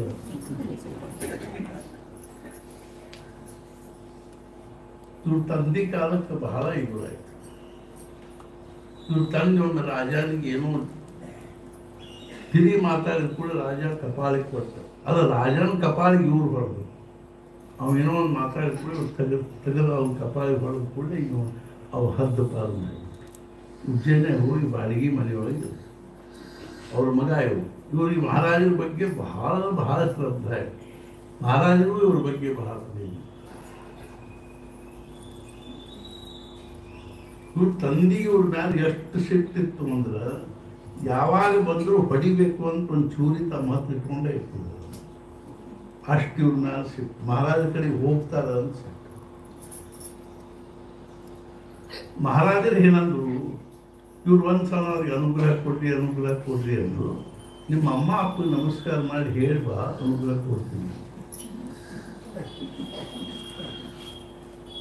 ಆಯ್ತು ಅಂತ ಉಜ್ಜಯಿನಿ ಬಂದ್ರು. ಅಮ್ಮ ಏನು ಅಂತ ಏನು ಅಂತಿಲ್ಲ, ಇವ್ರ ಅಮ್ಮನಿಗೆ ನಮಸ್ಕಾರ ಹಿಂಗೆ ಮಹಾರಾಜರ ಅನುಗ್ರಹ ಕೊಡ್ತೀನಿ ಅಂತಾರೆ. ಅಪ್ಪನಿಗೆ ನಮಸ್ಕಾರ ಮಾಡಿ ಕೇಳಿದ್ದಾರೆ. ಅದು ಒಳಗೆ ಕೂತಾರ, ಸ್ವಲ್ಪ ಅವಧಾನ ಚಾಕು ಆಯ್ತು ಅಂತ ತಿಳ್ಕೊಂಡು ಇವ್ರು ಹೋದವ್ರು ನಮಸ್ಕಾರ ಮಾಡಿ ಮಹಾರಾಜನ ಅನುಗ್ರಹ ತಗೋತೀನಿ ಅಂತ ಹೇಳಿದವ್ರ ತಕ್ಷಣ ಹೊರಗೆ ಬಂದು ಅವ್ರು ಚೂಡಿ ಎದ್ದ ಬಿಟ್ಟರು. ಎದ್ದು ಮುಂದೆ ಹೊಂಟರು. ಅವರು ಹಿಂದಿಂದ ಬಂದತ್ತು, ಓಡ್ಲಿಕ್ಕೆ ಹತ್ತು, ಅವರು ಓಡ್ಲಿಕ್ಕೆ ಹತ್ತು. ಸ್ಟೇಷನ್ ತನಕ ಓಡಿ ಬಂದರು.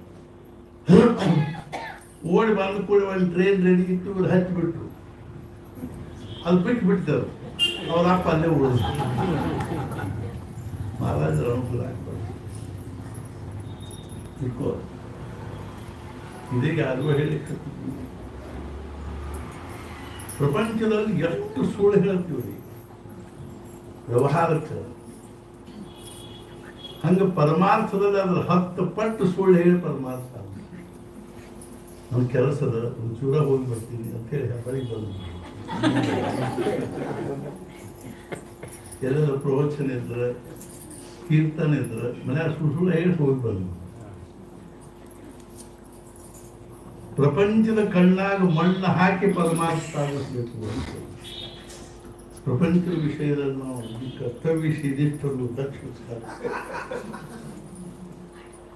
ಪರಮಾರ್ಥದ ಪ್ರಶ್ನೆ ಬಂದ ಕೂಡಲೇ ಸೌಡಿಲ್ಲ. ನಾವು ಬಹಳ ಮಂದಿಗೆ ಅಂತಿರ್ತೀವಿ ಒಂದ್ಸಲ ಹೆಬ್ಬಳಿಗೆ ಬರ್ತಾರೆ ಬರಂಗಿಲ್ಲ ಅನ್ನೋದಕ್ಕೆ 3 ಕಾರಣ.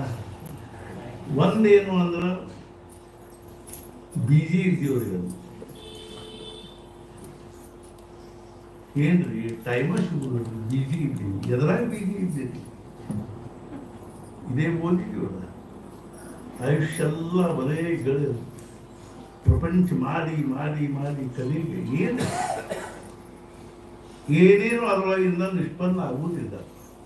ಅದರೊಳಗೆ ಬೀಜಿ ಇದ್ದೀವಿ. ಭಗವಂತ ಕೇವಲ ಈ ದೇಹವನ್ನ ನಾಮಸ್ಮರಣೆ ಮಾಡಲಿಕ್ಕೆ ಕೊಡ್ತಾನೆ. 24 ತಾಸು ನಾಮಸ್ಮರಣೆ ಮಾಡಲಿಕ್ಕೆ ಕೊಡ್ತಾನೆ. ಗರ್ಭೋಪನಿಷತ್ತು ಅಂತ ಒಂದು ಉಪನಿಷತ್ತು. ಆ ಉಪನಿಷತ್ತಿನಾಗ ಹೇಳ್ಯಾರ, ನಾವೆಲ್ಲರೂ ನಮ್ಮ ತಾಯಿ ಗರ್ಭದೊಳಗೆ ಇರಬೇಕಾದ್ರೆ ಆ ಗರ್ಭವಾಸದ ದುಃಖ, ಹಿಂದಿನ ಅನೇಕ ಜನ್ಮಗಳಲ್ಲಿ ಅನುಭವಿಸಿರುವ ದುಃಖ ಎಲ್ಲ ನೆನಪಾಗಿ ಅತ್ಯಂತ ವ್ಯಾಕುಲತೆ, ಅತ್ಯಂತ ಒಂದು ಇದುವಾಗಿ ಸಂತಾಪಿಗೆ ಎದ್ದು ಭಗವಂತ ಇದು ಒಂದು ಸಲ ಇದರೊಳಗಿಂದ ಹೊರಗೆ ಬಂದೆ ಅಂದ್ರೆ ತಿರುಗಿ ಎಂದೆಂದೂ ಈ ಗರ್ಭದಲ್ಲಿ ಬರುವುದಿಲ್ಲ. ಪುನರಪಿ ಜನನಂ ಪುನರಪಿ ಮರಣಂ ಪುನರಪಿ ಜನನಿ ಜಠರೇ ಇಹ ಸಂಸಾರೇ ಖಲು ದುಸ್ಸಾರೆ ಕೃಪಯಾ ಪಾರೆ ಪಾಹಿ ಭಾರೆ. ಇನ್ನು ಎಂದೆಂದೂ ಈ ಗರ್ಭದೊಳಗೆ ಬರೋದು ನಂಗೆ ಆಶೀರ್ವಾದ ಮಾಡುತ್ತಾರೆ. ನಾ ಇನ್ನು ಎಂದೆಂದೂ ಈ ಗರ್ಭದೊಳಗೆ ಬರಂಗಿಲ್ಲ ಅಂತ ಸಂಕಲ್ಪ ಮಾಡಿ ಹೊರಗೆ ಬಂದಿವ್ರಿ. ಹೊರಗೆ ಬಂದ ಕೂಡಲೇ ಟ್ಯಾ ಟ್ಯಾ ಅಂತ ಹೇಳಿಕತ್ವಿ.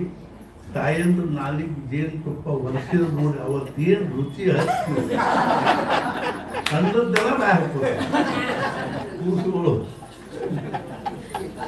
ಒಂದು ಚೋಳ ಕಂಡ್ರು ಪಾಟ್ನ ಬಾಯ್ ಅದು ಜೇನುತುಪ್ಪದಂಗೆ ಅನ್ನಿಸ್ತದೆ.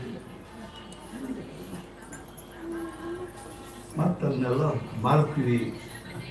ಇತ್ಲಾ ಪ್ರಪಂಚದ ಮೋಹಗಳು ಸಿಕ್ಕೊಂಡು ಬರ್ತಾರೆ. ಮಹಾರಾಜ ಹೇಳು ಜನ್ಮಾಲ ಆಲೋಮನ 24 ತಾಸು ಜಪ್ತಾರ. ಹುಟ್ಟಿ ಬಂದೀವಿ ಅಂತ 24 ತಾಸು ಜಪ ಮಾಡಿ. ಇದೇ ಹೇಳಿದ್ವಿ, ಶ್ವಾಸೆ ಶ್ವಾಸೆ ರಾಮನಾಮ ಸ್ಮರ. ಒಂದೊಂದು ಶ್ವಾಸದ ಜೊತೆಗೂ ನಾಮದೇವ. 24 ತಾಸಿನೊಳಗೆ 21,600 ಶ್ವಾಸೋಚ್ಛ್ವಾಸ ಆಗ್ತದೆ. ಅಷ್ಟು ದಿನ ಜಪ ಮಾಡೋದು ಅಂದ್ರೆ ಎವರೇಜ್ ಒಂದು ಶ್ವಾಸಕ್ಕೆ ಒಂದು ಬೀಳ್ತದೆ. 24 ತಾಸು ಆಗಂಗಿಲ್ಲ, 12 ತಾಸು.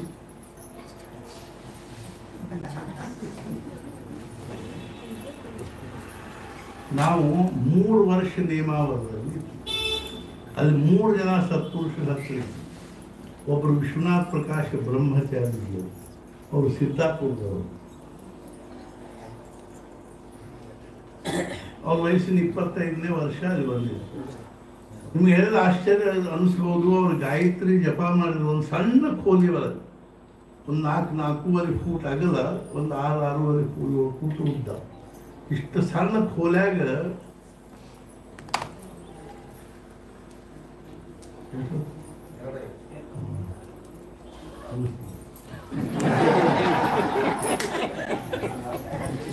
ಈ ವಾದ್ರೆ ತಿಳ್ರೆ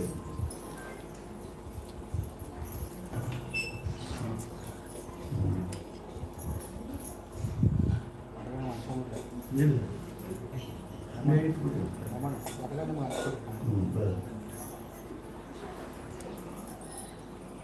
ಆ ಸಣ್ಣ ಕೋಲಿ ಒಳಗೆ 9 ವರ್ಷ ಅವ್ರು ಹೆಂಗೆ ಗಾಯತ್ರಿ ಜಪ ಮಾಡಿದ್ರು ಅಂದ್ರೆ ಅವ್ರು ಹೇಳಿದ್ರು, ನಾವು 9 ವರ್ಷ ಸೂರ್ಯನ ನೋಡಿಲ್ಲ.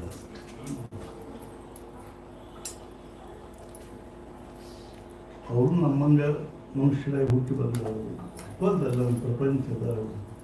ಒಂದು ದಿವಸ ಒಂದು ಕಡೆಗೆ ಹೇಳಿದ್ವಿ, ಪುರಾಣಂ ಭಾರತಂ ವೇದ ಶಾಸ್ತ್ರಾಣಿ ವಿವಿಧಾಂಚ.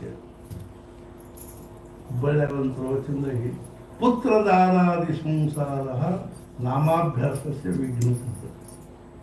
ಪುರಾಣ ನಾವು 18 ಪುರಾಣ ಓದಬೇಕಂತ ಸಂಕಲ್ಪ ಮಾಡಿವ್ರಿ, ಅದನ್ನು ಜಪ ಯಾವ ಮಾಡೋರು. ಪುರಾಣ ಭಾರತ ಮಹಾಭಾರತ ಒಪ್ಪುತ್ತ ನಾಮಸ್ಮರಣೆ ಯಾವುದು.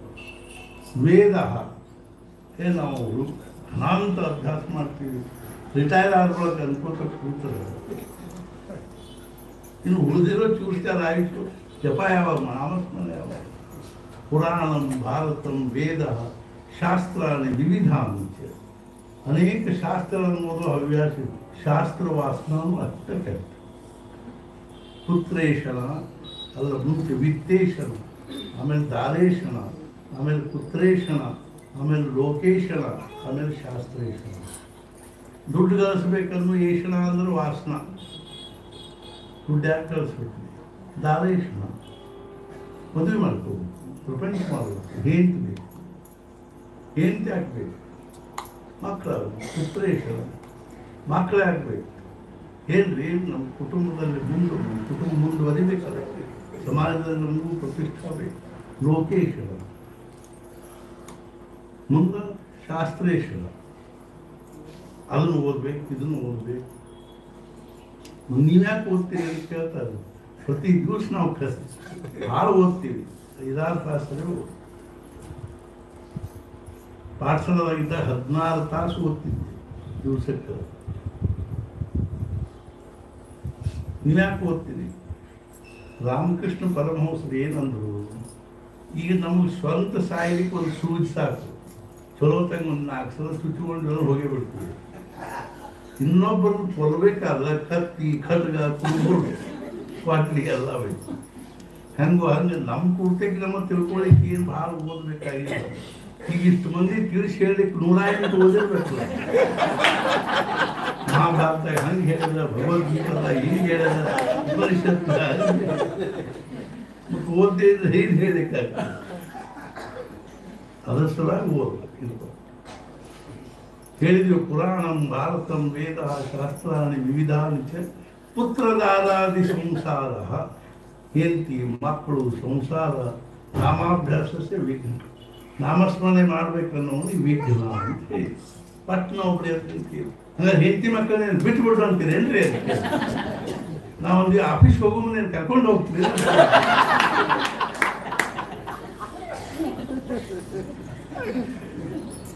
ಆಫೀಸ್ಗೆ ಹೋಗೋ ಮುಂದೆ ಜಗ್ಸದ ಬಿಟ್ಟು ಹೋಗ್ತಿರಲಿಲ್ಲ. ನಿನ್ನೆ ಮದುವೆ ಮಾಡ್ಕೊಂಡು ಬಂದಿರ್ತಾರೆ, ರಜಾ ಏನಾಗಿಲ್ಲ, ಮರದು ಬಂದಿರ್ತಾರೆ ಆಫೀಸ್. ಲಘು ಬರ್ತೀನ ಬರ್ತೀನಿ, ಲಘು ಬರ್ತೀನಿ, ಲಘು ಬನ್ನಿ, ಲಘು ಬನ್ನಿ ಅಂತ ಈಗ ಮನ್ಯಾಗ ಮನಸ್ಸ ಇದು ಆಗಂಗಿಲ್ಲ. ಅವ್ನು ಆಫೀಸ್ನಾಗ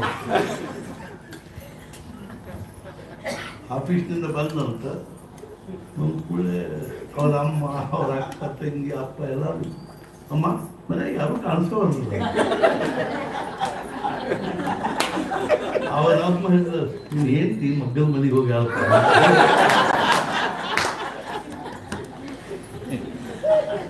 ಅಕ್ಕಿಲ್ಲ ಅದು ಯಾರೂ ಇಲ್ಲ.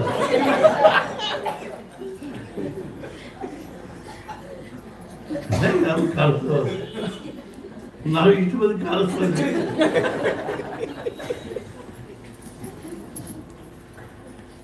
ಕೂಡಲೇ ಹೇಳಿದ್ವಿ ಅಲ್ರಿ ನೀವು ಆಫೀಸ್ಗೆ ಹೋಗ್ಬೇಕಲ್ಲ ಕರ್ಕೊಂಡು ಹೋಗ್ಲಿಕ್ಕಾಗ್ತದೆ 8 ತಾಸು ಬಿಟ್ಟಿರ್ತಿಲ್ಲ ಅನ್ಬೇಕು. ಮನೆಗೆ ಬಂದ್ಬೇಕು 1 ತಾಸು ಹೋಲಿ ಬಾಗಿಲ ಹಾಕ್ಕೊಂಡು ಒಬ್ಬರ ಕೂತ್ಕೊಂಡು ನಾಮಸ್ಮರಣೆ ಮಾಡ್ಲಿಕ್ಕೆ ಆಗುದಿಲ್ಲ.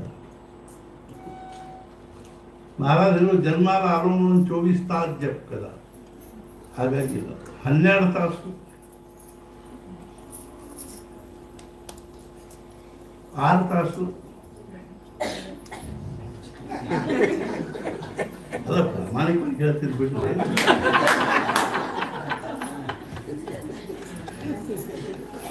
ಮೂರು ತಾಸು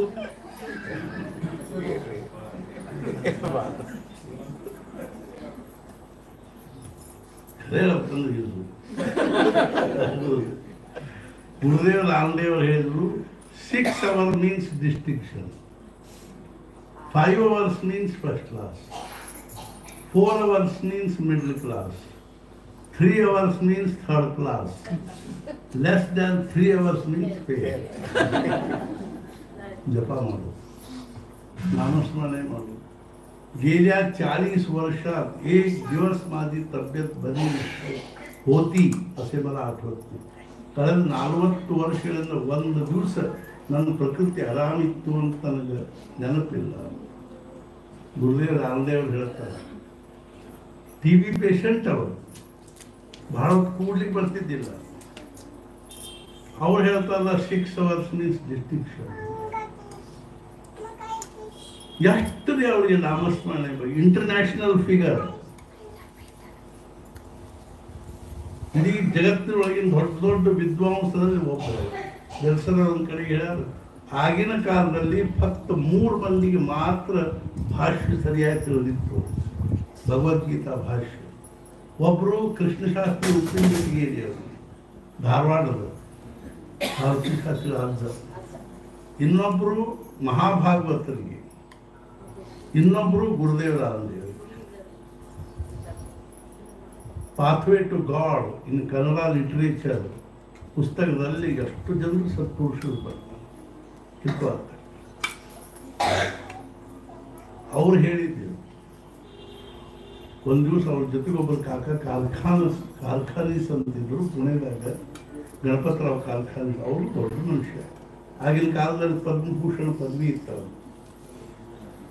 ಅವರು ಒಂದು ದಿವಸ ಏನೋ ಒಂದು ಪುಸ್ತಕ ಓದಿ ಆಮೇಲೆ ಚೌಕಟ್ಟಿ ಕೈ ಹಾಕಿಕೊಂಡು ಗಣೇಶ ಚತುರ್ಥಿ ಟೈಮ್ ಇತ್ತು, ಕೆಳಗೆ ಯಾರ್ದೋ ಮನ್ಯಾಗ ಗ್ರಾಮೋಫೋನ್ ಹಚ್ಚಿದ್ರು. ಅದನ್ನು ಕೇಳ್ಕೊತ ನಿಂತಿದ್ರು. ಇವ್ರು ಹಿಂದಿಂದ ಬಂದು ಅವ್ರ ಗಂಡ ಕೈ चप्पल काका बाहेर काय पाहता, बाहेर घाण घाण घाण आहे, आज कोपऱ्यापासून भगवंताचे नाम. अरे ಏನು ನೋಡ್ತೀವಿ ಹೊರಗೆ ಬರೀ ಹೊಲಸು ಒಳಗೆ ಮೂಲ್ಯ ಕೂತ್ಕೊಂಡು ಸ್ವಸ್ಥ ನಾಮಸ್ಮರಣೆ. ಅಲಹಾಬಾದ್ ಯೂನಿವರ್ಸಿಟಿ ವೈಸ್ ಚಾನ್ಸಲರ್ ಆಗಿದ್ರು. ಅದೇ ಟೈಮ್ಗೆ ರಾಧಾಕೃಷ್ಣನ್ ಅವರು Banaras university vice chancellor. Oxford ಯೂನಿವರ್ಸಿಟಿಯಿಂದ ಮುಂಚೆ ಇವರಿಗೆ ನೀವು ಇಂಡಿಯನ್ ಫಿಲಾಸಫಿ ಕುರಿತು ಅಲ್ಲಿ ಬಂದು ಭಾಷಣ ಮಾಡಬೇಕು ಅಂತ ಮೊದಲಿಗೆ ಆಮಂತ್ರಣ ಇವರಿಗೆ ಬಂದು, ಇವರಂತೂ ನಾನು ಇದೆಲ್ಲ ಉಪದ್ವ್ಯಾಸ ಬೇಡ ಅಂತ ರಾಧಾಕೃಷ್ಣನ್ ಅವ್ರಿಗೆ ಕಳಿಸಿ. ರಾಧಾಕೃಷ್ಣನ್ ಅವರು ಹೋಗಿ ಭಾಷಣ ಮಾಡಿ ಬಂದರು. ಅವ್ರಿಗೆ ಇಂಡಿಯನ್ ಫಿಲಾಸಫರ್ ಅಂತ ಬಿರುದು ಕೊಟ್ಟರು. ಅದ ರಾಧಾಕೃಷ್ಣನ್ ಮೃತ್ಯುಶೈಯೊಳಗೆ ಮಲ್ಕೊಂಡಾಗ ಒಂದು ಮಾತು ಅಂದ್ರೆ ಏನು ಅಂದ್ರೆ, mister Ranade and I both study philosophy, but only I know philosophy and Ranade lived philosophy. ಫಕ್ತ ನಾಮಸ್ಮರಣೆ, ಮತ್ತೊಂದು ಏನೂ ಇಲ್ಲ.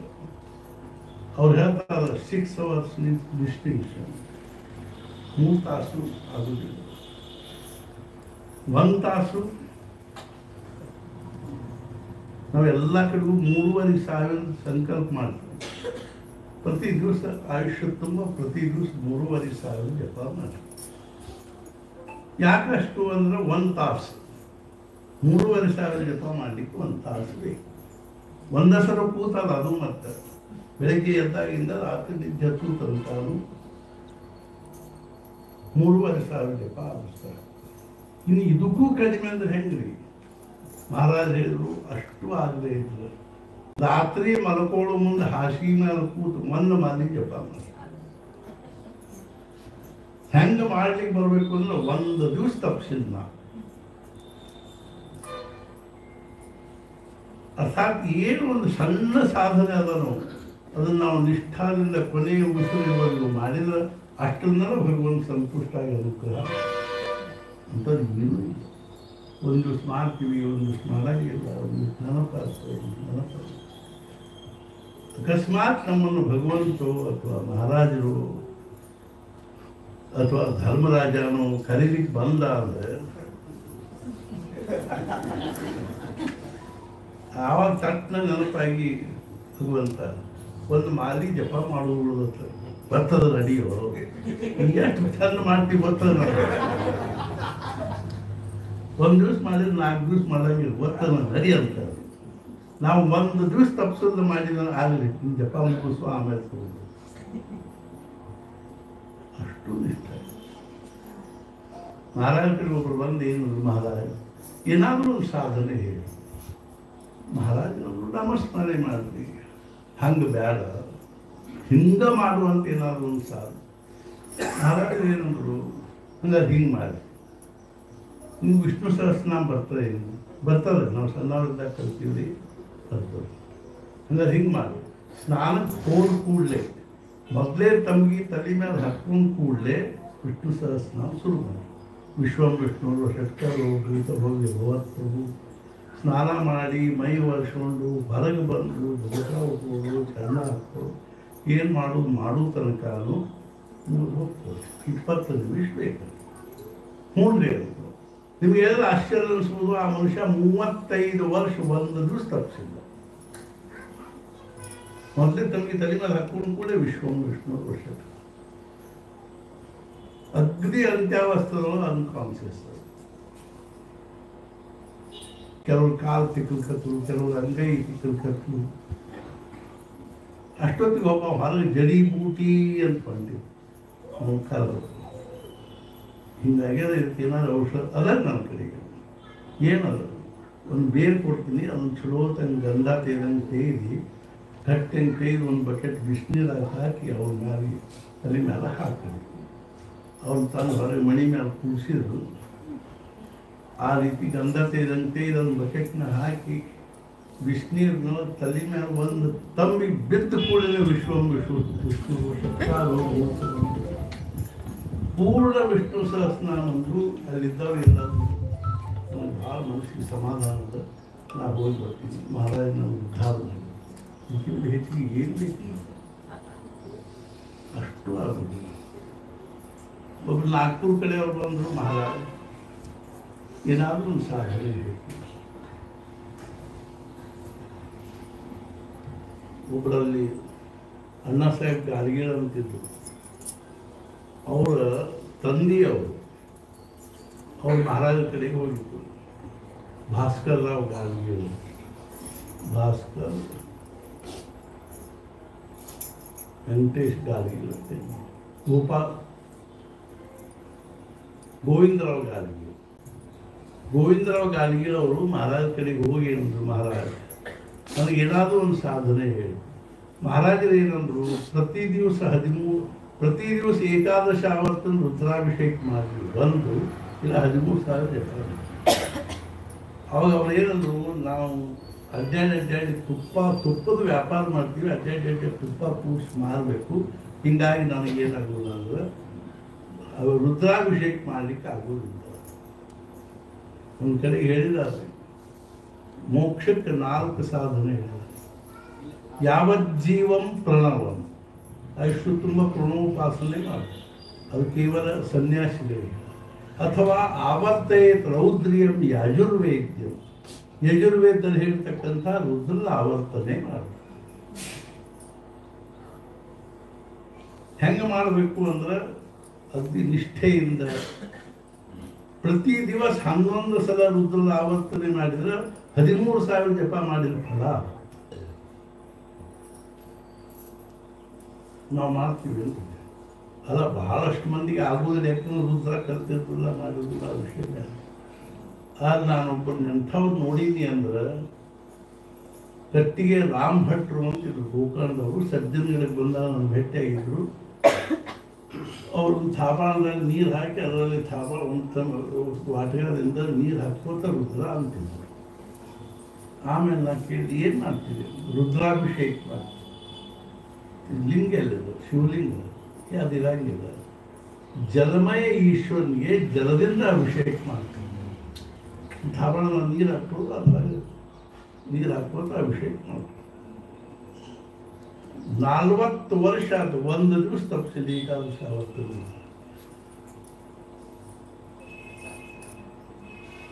ಏನಾದರೂ ಒಂದು ಸಾಲಿಡ್ ಬೇಕಿದ್ರೆ ಸಾಧನೆ ಇಷ್ಟ ಆದರೂ ಸ್ವಲ್ಪ ಮಪ್ಯಸ್ಯ ಧರ್ಮಸ್ಯ ತ್ರಾಯತೆ ಮಹತೋ ಭಯ. ಒಂದು ಸ್ವಲ್ಪ ಧರ್ಮದ ಆಚರಣೆ ನಮಗೆ ದೊಡ್ಡ ದುಃಖದಿಂದ ದೂರ.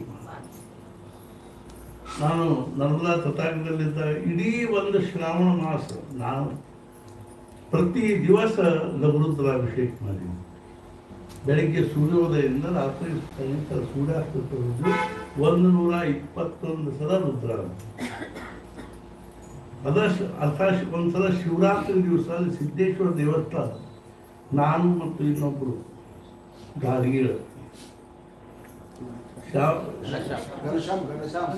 ಘನಶ್ಯಾಮ್ ಗಾಡಿಗೆನವರು ಇಬ್ಬರು ಕೂಡಿ ಶಿವರಾತ್ರಿ ದಿವಸ ಅಲ್ಲಿ ಬೆಳತನಕ ರುದ್ರ ಅಂತಿದ್ವಿ. ಸಿದ್ದೇಶ್ವರ ಮುಂದೆ ಕೂತರು. ರಾತ್ರಿ 12-12:30 ಆಗಿತ್ತು. ಆ ಶಿವಲಿಂಗದೊಳಗಿಂದ ಓಂಕಾರದ ಮಾತು ಎಷ್ಟು ಜೋರು ಬರ್ಲಿಕ್ಕೆ ಹಚ್ತೀವಿ ಅಂದ್ರೆ ನಾವು ಮೈಕ್ ಹಚ್ಚಿ ಹೊರಗೆಲ್ಲ ಕೇಳಿಸಿ. ರುದ್ರದಲ್ಲಿ ಅಷ್ಟು ದೊಡ್ಡ ಸಾಮರ್ಥ್ಯ, ಅದರ ವೈಬ್ರೇಷನ್ ನಮ್ಮ ಕಲ್ಪನಾ ಇದ್ರಿ. ವೇದಗಳದ್ದು ಎಷ್ಟು ಮಹತ್ವದ.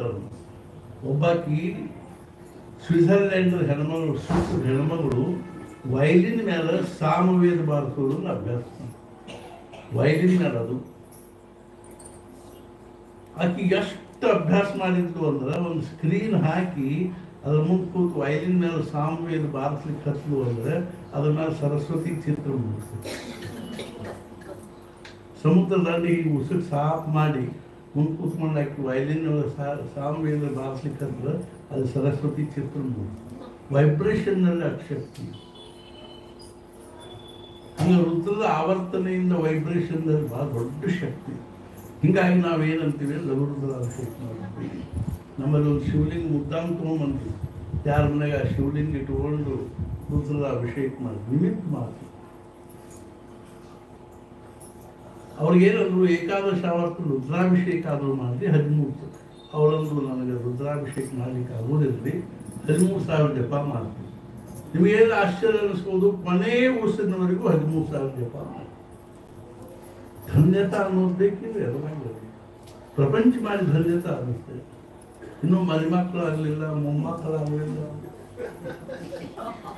ಪ್ರಪಂಚ ಮೂರ್ತಿಮಂತ ಅಪೂರ್ಣ. ಅಪೂರ್ಣಗಳ ಒಂದೇನು ಅಂದ್ರೆ ಸಮುಚ್ಚಯಕ್ಕೆ ನಾವು ಪ್ರಪಂಚ ಎಲ್ಲ ಅಪೂರ್ಣ. ನಮ್ಮ ಶಿಕ್ಷಣ ಅಪೂರ್ಣ, ನಮ್ಮ ವಿದ್ಯಾ ಅಪೂರ್ಣ. Collection of information.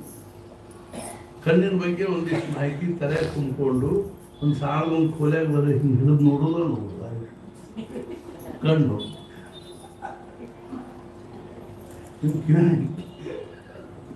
ಇನ್ನೊಂದು ಸ್ವಲ್ಪ ದಿವಸಕ್ಕೆ ಇದ್ರೊಳಗೆ ಇನ್ನೂ ಶಾಖೋಪಶಾಖೆಗಳು ಬರ್ತಾವೆ. ಈ ವೈಜ್ಞಾನಿಕ ಇದರೊಳಗೆ, ಡಾಕ್ಟರ್ಗೆ ಇದರೊಳಗೆ ನೀವು ಅಕಸ್ಮಾತ್ ನಿಮ್ಮ ಬಲಮೂಗಿನ ಹಳ್ಳಿ ಒಳಗೆ ಏನಾದರೂ ತ್ರಾಸ ಆಗ್ತಿದ್ರೆ ಇವರು ಮೂಗಿನ ENT ಅಂತ ಹೋದ್ರಿ ಅಂದ್ರೆ ಅವ್ರು ಹೇಳ್ತಾರೆ, ನಾವು ಬಲಮೂಗಿನ ಡಾಕ್ಟರ್ ಅಲ್ರಿ, ಎಡಮೂಗಿನ ಡಾಕ್ಟರು. ಬಲಮೂಗಿನ ಡಾಕ್ಟರ್ ಅಲ್ಲಿಂದ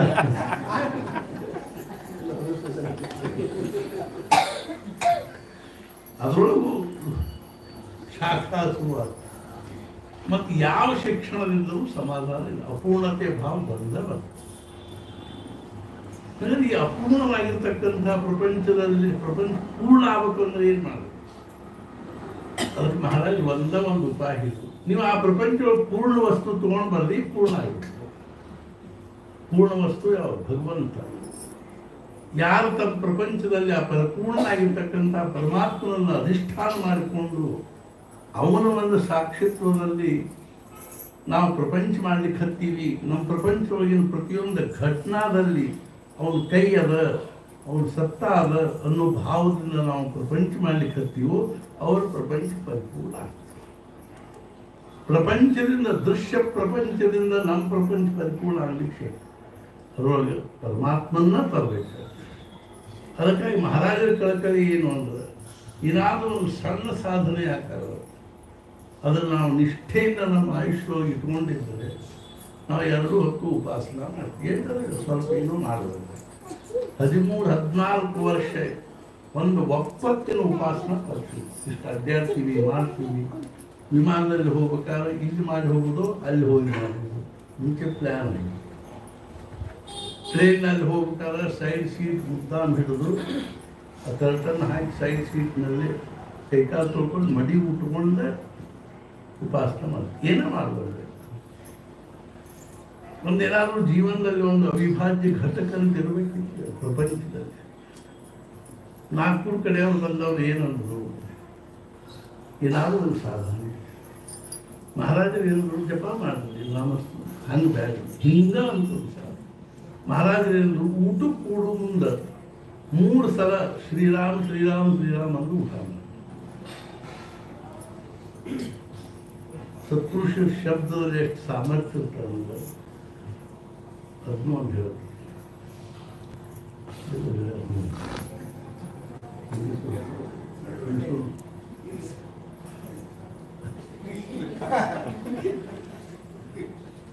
ಮಹಾರಾಜನ ಶಿಷ್ಯರು ಭಾವು ಸಾಹೇಬ್ ಅಂತಿದ್ರು. ಮುಂಜಾನೆ ಅವ್ರ ಬಗ್ಗೆ ಹೇಳಿದ್ರು. ಅವ್ರು ಮೊಟ್ಟ ಮೊದಲು ಗೋಂದಾವಲಿ ಒಳಗೆ ಮಹಾರಾಜರಿಗೆ ಭೇಟಿ ಅವರು. ಅವಾಗ ಮಹಾರಾಜರು 32 ವರ್ಷ ಇದ್ದು, ಭಾವು ಸಾಹೇಬರಿಗೆ 30 ವರ್ಷ. ಅವರು ಸಿವಿಲ್ ಇಂಜಿನಿಯರ್ ಆಗಿದ್ರು. ಅವರು ಟಾಂಗಾದಲ್ಲಿ ಮಸವಳಕ್ಕೆ ಪಗಾರ ಕೊಡ್ಲಿಕ್ಕೆ ಹೋಗ್ತಿದ್ರು, ಪಗಾರ ಹಂತ. ಅವಾಗ ಗೊಂದಾವಳಿ ಮುಖಾಮ ಮಾಡಿದ್ರು.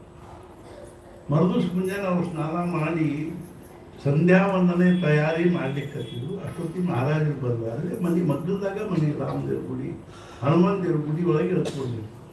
ಹನುಮಂತ ದೇವ್ರ ಗುಡಿ ಮಗ್ಗದಲ್ಲಿ ಒಂದು ಕೋಲಿತ್ತು, ಆ ಕೋಲೆ ಇವ್ರು ಹೋದ್ರು. ಎಲ್ಲಿಂದ ಬಂದ್ರು, ಏನು ಎಂದು ಹೇಳಕ್ಕೆ ಹಿಂಗೆ ದೇವಧರ್ಮ ಏನಾದರೂ ಮಾಡ್ತಿರ್ಲಿ, ದೇವಧರ್ಮ ಕಾಯ್ತರಿ ಕರ್ತಾಕ. ಅವಾಗ ಅವ್ರು ಏನು ಅಂಥಪರಿ ಏನು ಮಾಡೋದಿಲ್ಲ. 2 ಹೊತ್ತು ಸಂಧ್ಯಾ ವಂದನೆ ಮಾಡ್ತೀವಿ, ಭಗವದ್ಗೀತಾದ ಒಂದು ಅಧ್ಯಾಯ ಓದ್ತೀವಿ. ಮಹಾರಾಜರು 9ನೇ ಅಧ್ಯಾಯ ಓದ್ಕೋತ ಹೋಗುದು. ಹೂನ್ರಿ ಇವ್ರ ಬಗ್ಗೆ ಅವ್ರ ನಮಗೆ ಒಂದು ಏನೋ ಒಂದು ಭಾವ ನಿರ್ಮಾಣ ಆಗುತ್ತೆ.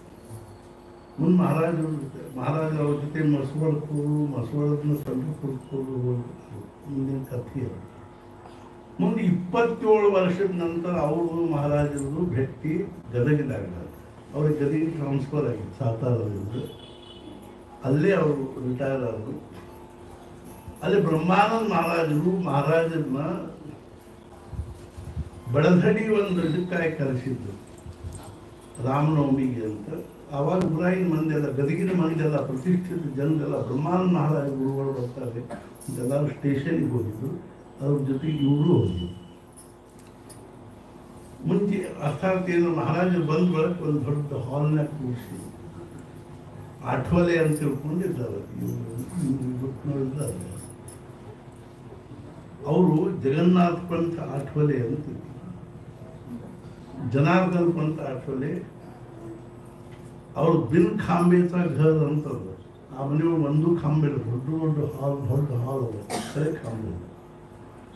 ಅಲ್ಲಿ ಮಹಾರಾಜ ಗಾದಿ ಹಾಸಿ ರೋಡ್ ಇಟ್ಟು ಕೂರಿಸಿದ್ರು. ಎಲ್ಲ ಊರಾಗಿ ಮಂದೆಲ್ಲ ವಕೀಲರು, ಡಾಕ್ಟರು, ಅವರು ಇವರು. ಬ್ರಹ್ಮಾನಂದ ಮಹಾರಾಜ ಪರಿಚಯದವರೆಲ್ಲ ಬಂದರು. ಭಾವು ಸಾಹೇಬರು ಬಂದಿರು. ಅವ್ರು ಮುಂದೆ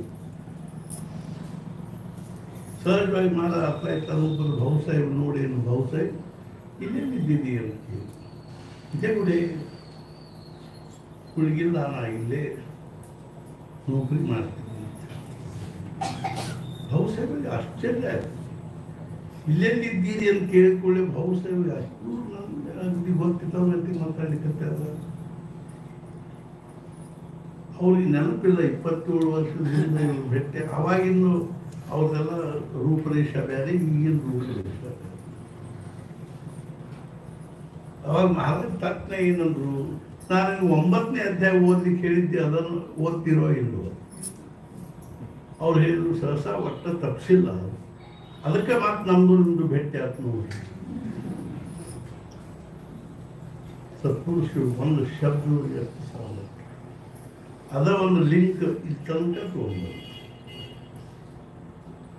ನಮಗೆ ಕಲ್ಪನಾ ಬರೋದು. ಒಂದು ದಿವಸ ಹರ್ದಾದಲ್ಲಿ ಮಹಾರಾಜ ಸ್ನಾನ ಮಾಡ್ತಿದ್ರು. ಅವ್ರು ತಾತ್ಯಾ ಸಾಹೇಬ್ ಕೇತ್ಕರ್ ಅಲ್ಲೇ ನಿಂತಿದ್ರು. ಮಹಾರಾಜರು ಏನು ಮಾಡಿದ್ರು, ಒಂದು 4 ಕಡೆ ನಮ್ಮ ಇದ್ರಾಗಿಂದ ತೆಗೆದು ಕಪ್ಪನಿ ಒಳಗಿಂದ ತೆಗೆದು, ತಾತ್ಯ ಇಲ್ಲಿ ಇಟ್ಕೊಂಡಿರು, ನಾ ಕೇಳಿದಾಗ ಕೊಡಾಕಿ. ಹ್ಞೂ ರೀ, ನಿಮ್ಗೇನಾದ್ರು ಆಶ್ಚರ್ಯ ಅನಿಸ್ಬೋದು. 12 ವರ್ಷದ ನಂತರ ಒಂದು ದಿವಸ ಮಹಾರಾಜ ತಪ್ಪನಿಗೆ, ತಾತ್ಯ ಅದು 4 ಕೊಡಿಲ್ಲ. ನಾವೇನು ಮಾಡ್ತೀವಿ, ತಂದು ಮಾಡಿನಾಗ ಪ್ರತಿ ದಿವಸ ಅವ್ರು ತಮ್ಮ ಧೋತ್ರದಾಗ ಸಿಂಕೊಂಡು ತಕ್ಷಣ ತೆಗೆದುಕೊಳ್ಬೇಕು. ಸತ್ಪುರುಷರ 4 ಅಂದ್ರೆ ನಮ್ಮ ಪ್ರಾಣ ಜೀವ ಕಾಯ್ಕೋಬೇಕು. ಅವ್ರಿಗೇನು ಊಟ ಕೊಡೋದು 3 ಸಲ ಶ್ರೀರಾಮ್ ಶ್ರೀರಾಮ್ ಅವ್ರಿಗೆ ಅಷ್ಟೇ ಇಷ್ಟ ಸಾಕಿ, ಅಷ್ಟ ಸಾಕು. ಅವ್ರ ಅಗ್ದಿ ಅದನ್ನು ಕಟಾಕ್ಷದಿಂದ ಅಂದಿಗೆ ಶುರು ಮಾಡಿದ್ರು. ಒಂದೊಂದು ದಿವಸ ನೆನಪಾಗಲಿಕ್ಕಿಲ್ಲ, ಒಂದು ದಿವಸ ನೆನಪಾದ, 2 ದಿವಸ ನೆನಪಾಗಲಿಕ್ಕಿಲ್ಲ.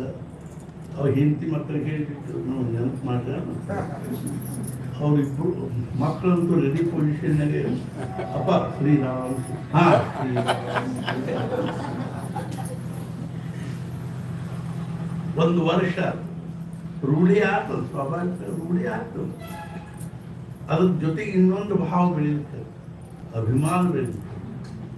ಮಹಾರಾಜ ಹೇಳಿರೋ ಸಾಧನೆ ನಾವು ಕರೆಕ್ಟ್ ಮಾಡ್ಲಿಕ್ಕೆ ಹತ್ತೀವಿ. ಇದ ಒಂದು ಅಭಿಮಾನವನ್ನು ತುಂಬಿಕೊಂಡು ಅವ್ರು ಬಂದಾಗಬೇಕು. ತಮ್ಮ ಸಾಧನೆ ತಾವು ಹೇಳಿದ ಪ್ರಕಾರ ಪ್ರಪಂಚ ಮಾಡಿ ತೋರಿಸ್ಬೇಕು ಅಂತ ಹೋದ್ರು. ಮಹಾರಾಜನ ಸರ್ವಜ್ಞ ಅವ್ರಿಗೆ ಗೊತ್ತಾಗ್ತದೆ ಎದಕ್ಕೆ ಬಂದ ಈ ಮನುಷ್ಯ. ಮಹಾರಾಜ ಏನು ಮಾಡಿದ್ರು, ಅವ್ರ ತಮ್ಮ ಪಕ್ಕದಲ್ಲಿ ಊಟಕ್ಕೆ ಕೂರಿಸೋರು ಮತ್ತು ಅವಸರ ಮಾಡ್ಲಿಕ್ಕೆ ಲಘು ಹಾಕ್ರಿ, ಬಳಸ್ರಿ, ಅದನ್ನ ಹಾಕ್ರಿ, ಅದನ್ನ ಹಾಕ್ರಿ, ಇದನ್ನ ಹಾಕ್ರಿ ಅಂತ ಬಳಸಿ ಅವಸರ ಮಾಡಿ ಒಮ್ಮೆಲೆ ಸದಾ ಸರ್ವದಾ ಯೋಗ ತೂದಾಗದ ಅವತ್ತು ಊಟಕ್ಕೆ ಕೂಡಿಸ್ಬಿಟ್ಟು ಅರ್ಧ ಊಟ ಆಗಿತ್ತು. ಅವ್ರ ಕಿವ್ಯಾಗ ಸಾವಕಾಶ ಕೇಳಿದ್ರು, ರಾವ್ ಸಾಹೇಬ್ ಶ್ರೀರಾಮ್ ಶ್ರೀರಾಮ್ ಏನು ಊಟ ಆಗ್ಬೇಕಲ್ಲ ನಾವು. ದೇಹ ಬುದ್ಧಿ ಇಷ್ಟು ಬಿಟ್ಟಿದ. ನಾ ಯಾಕೆ ಹೇಳಿಕತ್ತೀನಿ ಅಂದ್ರೆ, ಬ್ರಹ್ಮಾನಂದ ಮಹಾರಾಜರು ಪಾದದ ಮೇಲೆ ಹಣಿಗಿಟ್ಟು ಒಂದು ಮಾತು ಹೇಳಿದ್ರೆ ಏನು ಅಂದ್ರೆ, ಮಹಾರಾಜ್ ಈ ಪಾಂಡಿತ್ಯನ ನನ್ನ ನಿಮ್ಮಿಂದ ವಂಚಿತರು. ನಮ್ಮ ವೃತ್ತಿ ಜ್ಞಾನ ಏನಂದ್ರೆ ಮುಖ್ಯ ಜ್ಞಾನಕ್ಕೆ ಅಡ್ಡು ಬರುತ್ತೆ, ಆತ್ಮಜ್ಞಾನಕ್ಕೆ ಅಡ್ಡು ಬರುತ್ತೆ. ವೃತ್ತಿ ಜ್ಞಾನ ಅಂದ್ರೆ ಏನು, ಈಗೇನು ನಾವು ತಲೆ 108 ವಿಚಾರ ಮಾಡ್ತೀವಿ. ವೃತ್ತಿ ಅಂದ್ರೆ ವಿಚಾರಗಳಲ್ಲಿ ತುಂಬಿರ್ತಕ್ಕಂಥ ಜ್ಞಾನ ಏನೋ ಅದು ವೃತ್ತಿ ಜ್ಞಾನ. ಓದಿದ್ದು, ಕೇಳಿದ್ದು, ನೋಡಿದ್ದು, ಅನುಭವಿಸಿದ್ದು ಎಲ್ಲ ದೇಹ ಬುದ್ಧಿ ಜ್ಞಾನ. ಇದೇನು ಮಾಡ್ತದೆ, ಆತ್ಮಜ್ಞಾನಕ್ಕೆ ಆತ್ಮಬುದ್ಧಿಯ ಜ್ಞಾನಕ್ಕೆ ಅಡ್ಡು ಬರ್ತದೆ. ಹೆಂಗೋ ಹಂಗ ಅವ್ರಿಗೆ ಅದು ಅಡ್ಡು ಬರ್ಲಿಕ್ಕೆ ಹತ್ತಿತ್ತು. ಎಲ್ಲಿ ಹೋದಲ್ಲೆಲ್ಲ ಮಹಾರಾಜರನ್ನು ಪರೀಕ್ಷಾ ಮಾಡೇನೆ ಸ್ವೀಕಾರ ಮಾಡಿದ್ರು. ಎಲ್ಲಿ ಹೋದಲ್ಲೆಲ್ಲ ಅವರು ತಮ್ಮ ಶಾಸ್ತ್ರಾಧ್ಯಯನದಿಂದ ಉಂಟಾಗಿರ್ತಕ್ಕಂಥ ತಮ್ಮ ಸದ್ಗುರುಗಳು ಹೆಂಗಿರಬೇಕು ಅನ್ನೋದು ಒಂದು ಕಲ್ಪನಾ ಇತ್ತು ಅವ್ರ ತಲೆಯಾಗ, ಫಿಗರ್ ಇತ್ತು. ನನ್ನ ಸದ್ಗುರುಗಳು ಬ್ರಹ್ಮನಿಷ್ಠಿರಬೇಕು, ಯಾವಾಗಲೂ ಬ್ರಹ್ಮಜ್ಞಾನವನ್ನು ಕುರಿತ ಮಾತಾಡೋರಾಗಿರ್ಬೇಕು, ಸ್ತ್ರೀಯರ ಮುಖಾವಲೋಕನವನ್ನು ಮಾಡದೇ ಇರ್ತಕ್ಕಂಥವ್ರು ಆಗಿರ್ಬೇಕು, ಕಾಮ ಕಾಂಚನಗಳಿಂದ ಅತಿ ದೂರ ಇರ್ತಕ್ಕಂಥವ್ರು ಆಗಿರ್ಬೇಕು. ಇಂಥವ್ರು ನನ್ನ ಸದ್ಗುರು ಇರಬೇಕು. ಇಂದೂರಿಗೆ ಬಂದರು, ಭಯ್ಯ ಸಾಹೇಬ್ ಮೋಡಕ್ಕೆ ಅವ್ರು ಕರ್ಕೊಂಡು ಹೋದ್ರು, ತಮ್ಮ ಮನೆಯೊಳಗೆ ಇಟ್ಕೊಂಡು ಮೊದಲು ಮುಂಜಾನೆ ಭಯ್ಯ ಸಾಹೇಬ್ ಮೋಡಕ್ಕೆ ಅವರು ಸ್ನಾನ ಮಾಡಿ ಹೊರಗೆ ಹೊಂಟಾಗಿ ಇವ್ರು ಕೇಳಿದ್ರು, ಎಲ್ಲಿ ಹೊಂಟೀವಿ? ಹಿಂಗೆ ಈ ಊರಾಗ ಒಬ್ಬರು ಸತ್ಪುರುಷರು ಬಂದಾರ, ಅವ್ರ ದರ್ಶನ ನಾನು ಬಂದು ನಡೀತೇನೆ, ನಡಿ ಬರ್ರಿ. ಕರ್ಕೊಂಡು ಹೋದ್ರು. ಮಹಾರಾಜರಲ್ಲಿ ಒಂದು ಕೌಪಿನ ಹಾಕೊಂಡು ಕೂತಾರ ಕುರ್ಚಿ ಮೇಲೆ, ಸುತ್ತಲೂ ಹೆಣ್ಮಕ್ಳು ಕೂತಾರ. 2 ಹೆಣ್ಮಕ್ಳು ಅವ್ರ ಕಾಲು ಒತ್ತಲಿಕ್ಕೆ ಹತ್ತೇವ್ರು. ಬ್ರಹ್ಮಾನಂದ ಮಹಾರಾಜ ಅನಂತ ಶಾಸ್ತ್ರಿಗಳು ಆ ಬಾಗಿಲ್ದಾಗ ನಿಂತು ನೋಡಿದ್ರು, ಛೇ ಈ ಮನುಷ್ಯ ನನಗೆ ಸದ್ಗುರು ಆಗಕ್ಕೆ ಯೋಗ್ಯಿಲ್ಲ, ತಿಳಿದು. ಭಯ್ಯ ಸಾಹೇಬ್ ನೋಡಕ್ಕೆ ಅವ್ರು ಗಾಬರಿ, ಅವ್ರು ಬಂದು ಕೂತ್ಬಿಡ್ತಿದ್ರು ಪಾಪ. ಅವರು ಯಾಕೆ ಹೋಗ್ಲಿಕ್ಕೆ ಏನಿಲ್ಲ ಹಂಗೆ ಸಮಾಧಾನ ಅನ್ನಿಸ್ಲಿಲ್ಲ ಬಂತು. ಆಯ್ತು ನಾ ಇರಂಗಿಲ್ಲ ಹೋಗ್ತೀನಿ. ನರಸಿಂಹ ಅಡಿಗೆ ಬಂದು 12 ದಿವಸ ಅದು ಅನುಷ್ಠಾನ. ದತ್ತ ಮಹಾರಾಜ್ ಹೇಳಿದರು, ಉತ್ಸಾಹ ಯಾರು ನೀನು ಉಪೇಕ್ಷೆ ಮಾಡಿ ಬಂದಿಯೋ ಅವರ ನಿನ್ನ ಸದ್ಗುರುಗಳು. ನಿನ್ನ ಶಾಸ್ತ್ರ ಪಾಂಡಿತ್ಯನ ನನ್ನ ಸದ್ಗುರುಗಳಿಂದ ವಂಚಿತಗೊಳಿಸಿ ನೀನು ಸುಮ್ಮನೆ ಸರಳ ಅವ್ರಿಗೆ ಹೋಗು ಶಾವ ಮತ್ತೆ ತಿರುಗಿ ಹಿಂದೂರಿಗೆ ಬಂದರು. ಭಯ್ಯ ಸರ್ ಮನ್ಯಾಗ ಉಳ್ಕೊಂಡು ಸಮಾಧಾನ ಇಲ್ಲ ಮನುಷ್ಯನಿಗೆ. ದತ್ತ ಮಹಾರಾಜರು ಸಾಕ್ಷಾತ್ ಹೇಳ್ಯಾರ, ಅವರ ನಿನ್ನ ಸದ್ಗುರುಗಳು ಬಿಡ್ಲಿಕ್ಕೆ ಬರಂಗಿಲ್ಲ. ಅವ್ರು ನೋಡಿದ್ರೆ ಸಮಾಧಾನ ಅನಿಸುವಾಗ ಸತ್ಪುರುಷದ ಒಂದು ಲಕ್ಷಣ ಕಾಣಿಸ್ಬೋದು. ಅವರೊಳಗೆ ಕಪ್ಪಗೆ ಹಾಕೊಂಡಿರ್ತಾರೆ, ಕೂತಿರ್ತಾರ, ಪ್ರಪಂಚದ ಹರಟಿ ಹೊಡಿತಿರ್ತಾರ ಅವ್ರ ಜೊತೆ, ಹೆಣ್ಮಕ್ಳ ಜೊತೆಗೆ. ನಿಮ್ಮ ಅತ್ತೆ ಹೆಂಗಿದ್ದಾರ, ನಿಮ್ಮ ಸೊಸಿ ಹೆಂಗಿದ್ದಾರ, ಮುಖ್ಯ ವಿಷಯ ಇದಾರೆ. ಅತ್ತೆ ಹೆಂಗಿದ್ದಾಳ, ಸೊಸಿ ಹೆಂಗಿದ್ದಾಳ, ಗಂಡ ಹೆಂಗಿದ್ದಾಳ, ಮಕ್ಕಳು ಹೆಂಗಿದ. ಇವರು ಹೊರದು ನಾನು ಮನುಷ್ಯ ಅಂದ್ಕೊಂಡು ಹೋಗಿದ್ದು. ಅಲ್ಲಿ ಹೋಗೋದು, 1 ನಿಮಿಷ 5 ನಿಮಿಷ ಕೂಡೋದು, ಮುಕ್ತಾರ ಎದ್ದು ಬಂದು ಹೋದ್ರು. ಹೋಗಿ ಅವ್ರು ನಮಸ್ಕಾರ ಮಾಡಿದ್ರು ಮಹಾರಾಜರಿಗೆ. ಹೋಗಿ ಒಂದು ಕಡೆ ಗಾಡಿ ಕಡೆ ಕೂತರು. ಮಹಾರಾಜರು ಯಾ ಶಾಸ್ತ್ರಿಗಳು ಬಸ ಮಹಾರಾಜರಿಗೆ ಗೊತ್ತಿತ್ತು ರೀ, ನಮ್ಮ ಶಿಷ್ಯರು ಆಗೋ.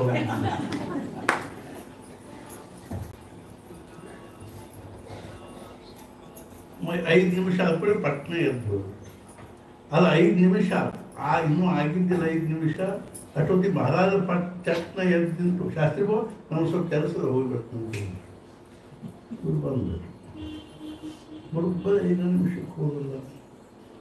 ಇವತ್ತು ಹೋಗಿ ನೋಡು, ಮರುದಿವ್ಸ ಮತ್ತೆ ಹೋಗಿ, ಇವತ್ತೊಂದು ತಾಸು ಹೋಗ್ಬೇಕು ನೋಡ್ಬೇಕು. ಅದು ಮೊದಲೇ ದಿವಸ 1 ತಾಸು ಹೋಗ್ಬೇಕು. 1 ತಾಸಿನೂ ಆಗ್ತಾ ಆಗ್ತಾ ಮಹಾರಾಜ ಎದ್ದು ಹೋಗ್ಬಿಡಿ.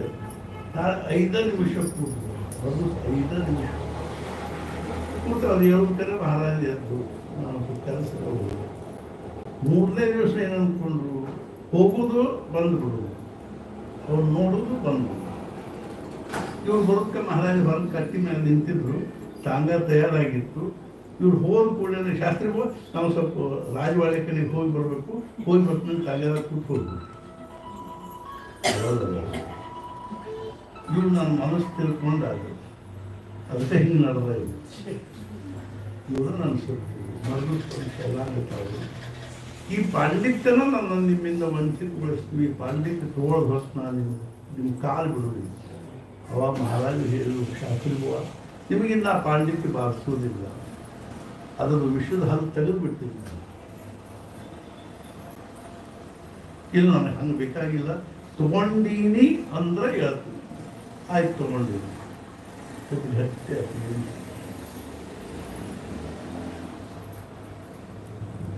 ಮಹಾರಾಜ ಹೇಳಿದರು, ಶಾಸ್ತ್ರಿಗಳು ಭಗವಂತನ ಪೂರ್ಣ ಅನುಗ್ರಹದಿಂದ ನಾಮಸ್ಮರಣೆ ಮಾಡಿ.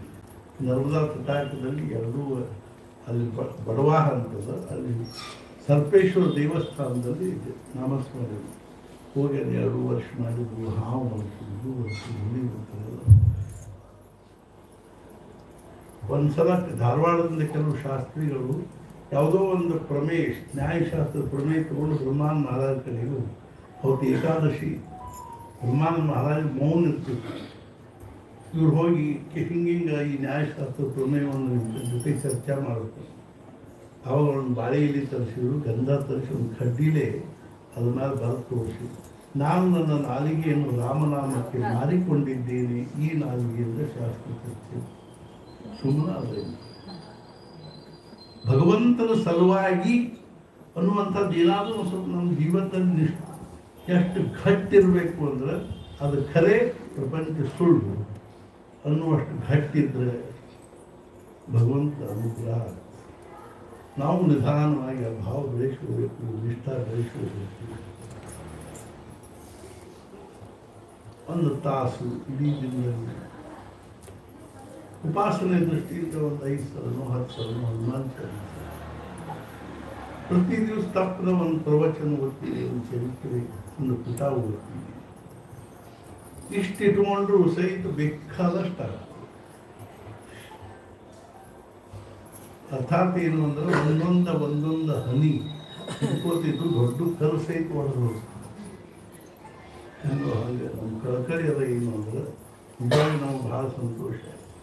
ಈ ಸ್ವಲ್ಪ ದಿವಸ ಹಿಂದೆ ಬಂದಾಗ ಅವ್ರ ತಾಯಿ ಪಾಪ ಅವ್ರಿಗೆ ಅನಿವಾರ್ಯವಾಗಿ ಈ ಕಾರ್ಯಕ್ರಮವನ್ನು ಮುಂದೆ ಹಾಕಬೇಕಾಗಿ ಬಂತು. ಎಷ್ಟರೇ ಅವರು ಕಳಕಳಿಯಿಂದ ಭಕ್ತಿಭಾವದಿಂದ ಈ ಕಾರ್ಯಕ್ರಮವನ್ನು ನಮಗೆ ಕರೆಯುವುದಾಗ್ತದೆ. ಇದು ಎಲ್ಲರಿಗೂ ಎಷ್ಟೊಂದು ಇದರಿಂದ ಮೊದಲಿನಿಂದ ಅವ್ರ ಸ್ವಭಾವ ಪ್ರವೃತ್ತಿ ಗುಣ ಇವುಗಳಿಂದ ಅವ್ರ ಸಮಾಜಕ್ಕೆ ಎಲ್ಲರಿಗೂ ಬೇಕಾದವರಾಗಿದ್ದಾರೆ. ಅವರು ಅವ್ರ ಕುಟುಂಬದವರು ಅವ್ರ ಪರಿವಾರದವರು ಇಂಥ ಒಂದು ಸಾತ್ವಿಕ ಜನರದ ಒಂದು ಸಮಾಜ ನಿರ್ಮಾಣ. ಸತ್ಪುರುಷ ಅಂದ್ರೆ ಏನು ಅಂದ್ರೆ ಸದ್ಭಾವನೆಗಳ ರಾಶಿ ಅಂದ್ರೆ ಸತ್ಪುರುಷ. ಅಂಥ ಒಂದು ಸದ್ಭಾವನೆಗಳನ್ನು ನಮ್ಮಲ್ಲೂ ನಾವು ಬೆಳೆಸಿಕೊಂಡು ನಮ್ಮ ಜೀವನವನ್ನು ನಾವು ಸಾತ್ವಿಕ ಮಾಡಿಕೊಂಡು ಆ ಭಗವಂತನ ಅನುಗ್ರಹಕ್ಕೆ ಪ್ರೇಮಕ್ಕೆ ನಾವು ಕೃಪೆಗೆ ಪಾತ್ರರಾಗುವಂತೆ ನಾವು ಧರ್ಪಡಿಸಿದರೆ ನಮ್ಮ ಪ್ರಪಂಚ ನಮ್ಮ ಮನೆ ನಮ್ದು ಏನದನೋ ಅದೆಲ್ಲ ಸಾರ್ಥಕ. ಇಲ್ಲಿ ಏನೇನು ಆಗ್ತದೆ. ನಾವು ಬರೀ ಪೂಜೆ ಮುಂದೆ ಇಟ್ಕೋಸ್ಕರ ಕಿಮ್ಮತ್ತದೆ. ಅದರ ಹಿಂದೆ ಒಂದು ಇಟ್ಬಿಟ್ರೆ ಅಂದ್ರೆ ಎಷ್ಟು ಕಿಮ್ಮತ್ತದ. ಎರಡು ಪೂಜೆ ಬರೋದು ಒಂದು ಇಟ್ಟರೆ 100 ಅದ್ರ ಮುಂದೆ ಒಂದು ಪೂಜೆ ಕೊಟ್ಟರೆ 1000. ಹಿಂದಿನ ಒಂದು ತೆಗೆದುಬಿಟ್ರೆ ಎಲ್ಲ ಪೂಜೆನ 100 ಪೂಜೆ ಇಟ್ಟರು ಪೂಜೆನ ಹೆಂಗೋ ಹಂಗೆ ನಮ್ಮ ಪ್ರಪಂಚದೊಳಗೆ ಭಗವಂತ ಇದ್ದಾಗ ನಮ್ಮ ಎಲ್ಲ ಪೂಜೆಗಳಿಗೂ ಸಾಮರ್ಥ್ಯ ಬರುತ್ತೆ. ಒಂದು ಶ್ರೀಮಂತಿಕೆ ಬರ್ತದೆ, ಸೌಂದರ್ಯ ಬರ್ತದೆ. ಮಹಾರಾಜರೇನದು ನಾಯಿ ನೀವು ಢೀಗ್ ನಾಮಸ್ಮರಣೆ ಮಾಡಿದೆ ಅನ್ನೋದಿಲ್ಲ. ಸ್ವಲ್ಪ ಯಾಕಾಗುತ್ತೆ ಅಗ್ನಿ ಭಕ್ತಿ ಭಾವನೆಯಿಂದ ಮಾಡಿರೋ ನಾಮಸ್ಮರಣೆ ನಮ್ಮನ್ನು ಉದ್ಧಾರ ಮಾಡಿ.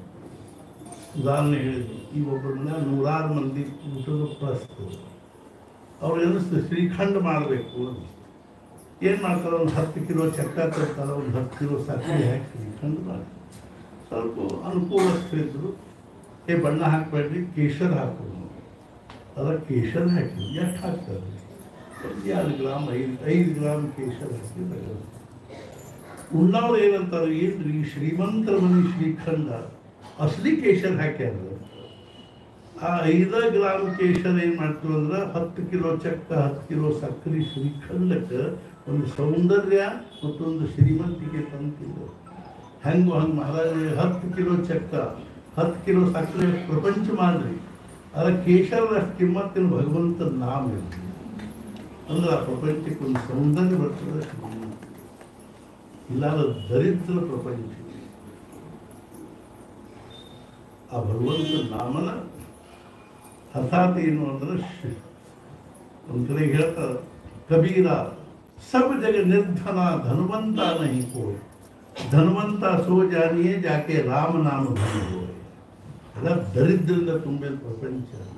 ಶ್ರೀಮಂತ ಯಾರು ಅಂದ್ರೆ ಯಾರು ರಾಮನಾಮ ಅನ್ನುವಂಥ ಧನವನ್ನು ಗಳಿಸಿದಾರೋ ಅವ್ರು ಖರೀದಿ. ನಾವು ಮಹಾರಾಜರ ಅಗ್ನಿ ಕಳಕಳಿಯಿಂದ ಪ್ರಾರ್ಥನೆ ಮಾಡೋದೇನೆಂದ್ರೆ ಮಹಾರಾಜ ನಮಗೂ ನಿಮಗೂ ಆಯುಷ್ಯ ಆರೋಗ್ಯ ಐಶ್ವರ್ಯವನ್ನು ಅನುಗ್ರಹಿಸಲಿ. ಮತ್ತು ಮುಖ್ಯವಾಗಿ ನಮಗೆಲ್ಲರಿಗೂ ಭಗವಂತ ಭಕ್ತಿ ನಾಮದಲ್ಲಿ ಪ್ರೇಮ ಸದ್ಗುರುಗಳ ಅನನ್ಯವಾದ ನಿಷ್ಠೆಯನ್ನು ಸದ್ಗುರುನಾಥ ಮಹಾರಾಜ ಭಯಕರಿಗೆ ನೋಡಬಾರ್ದು ಅಂತ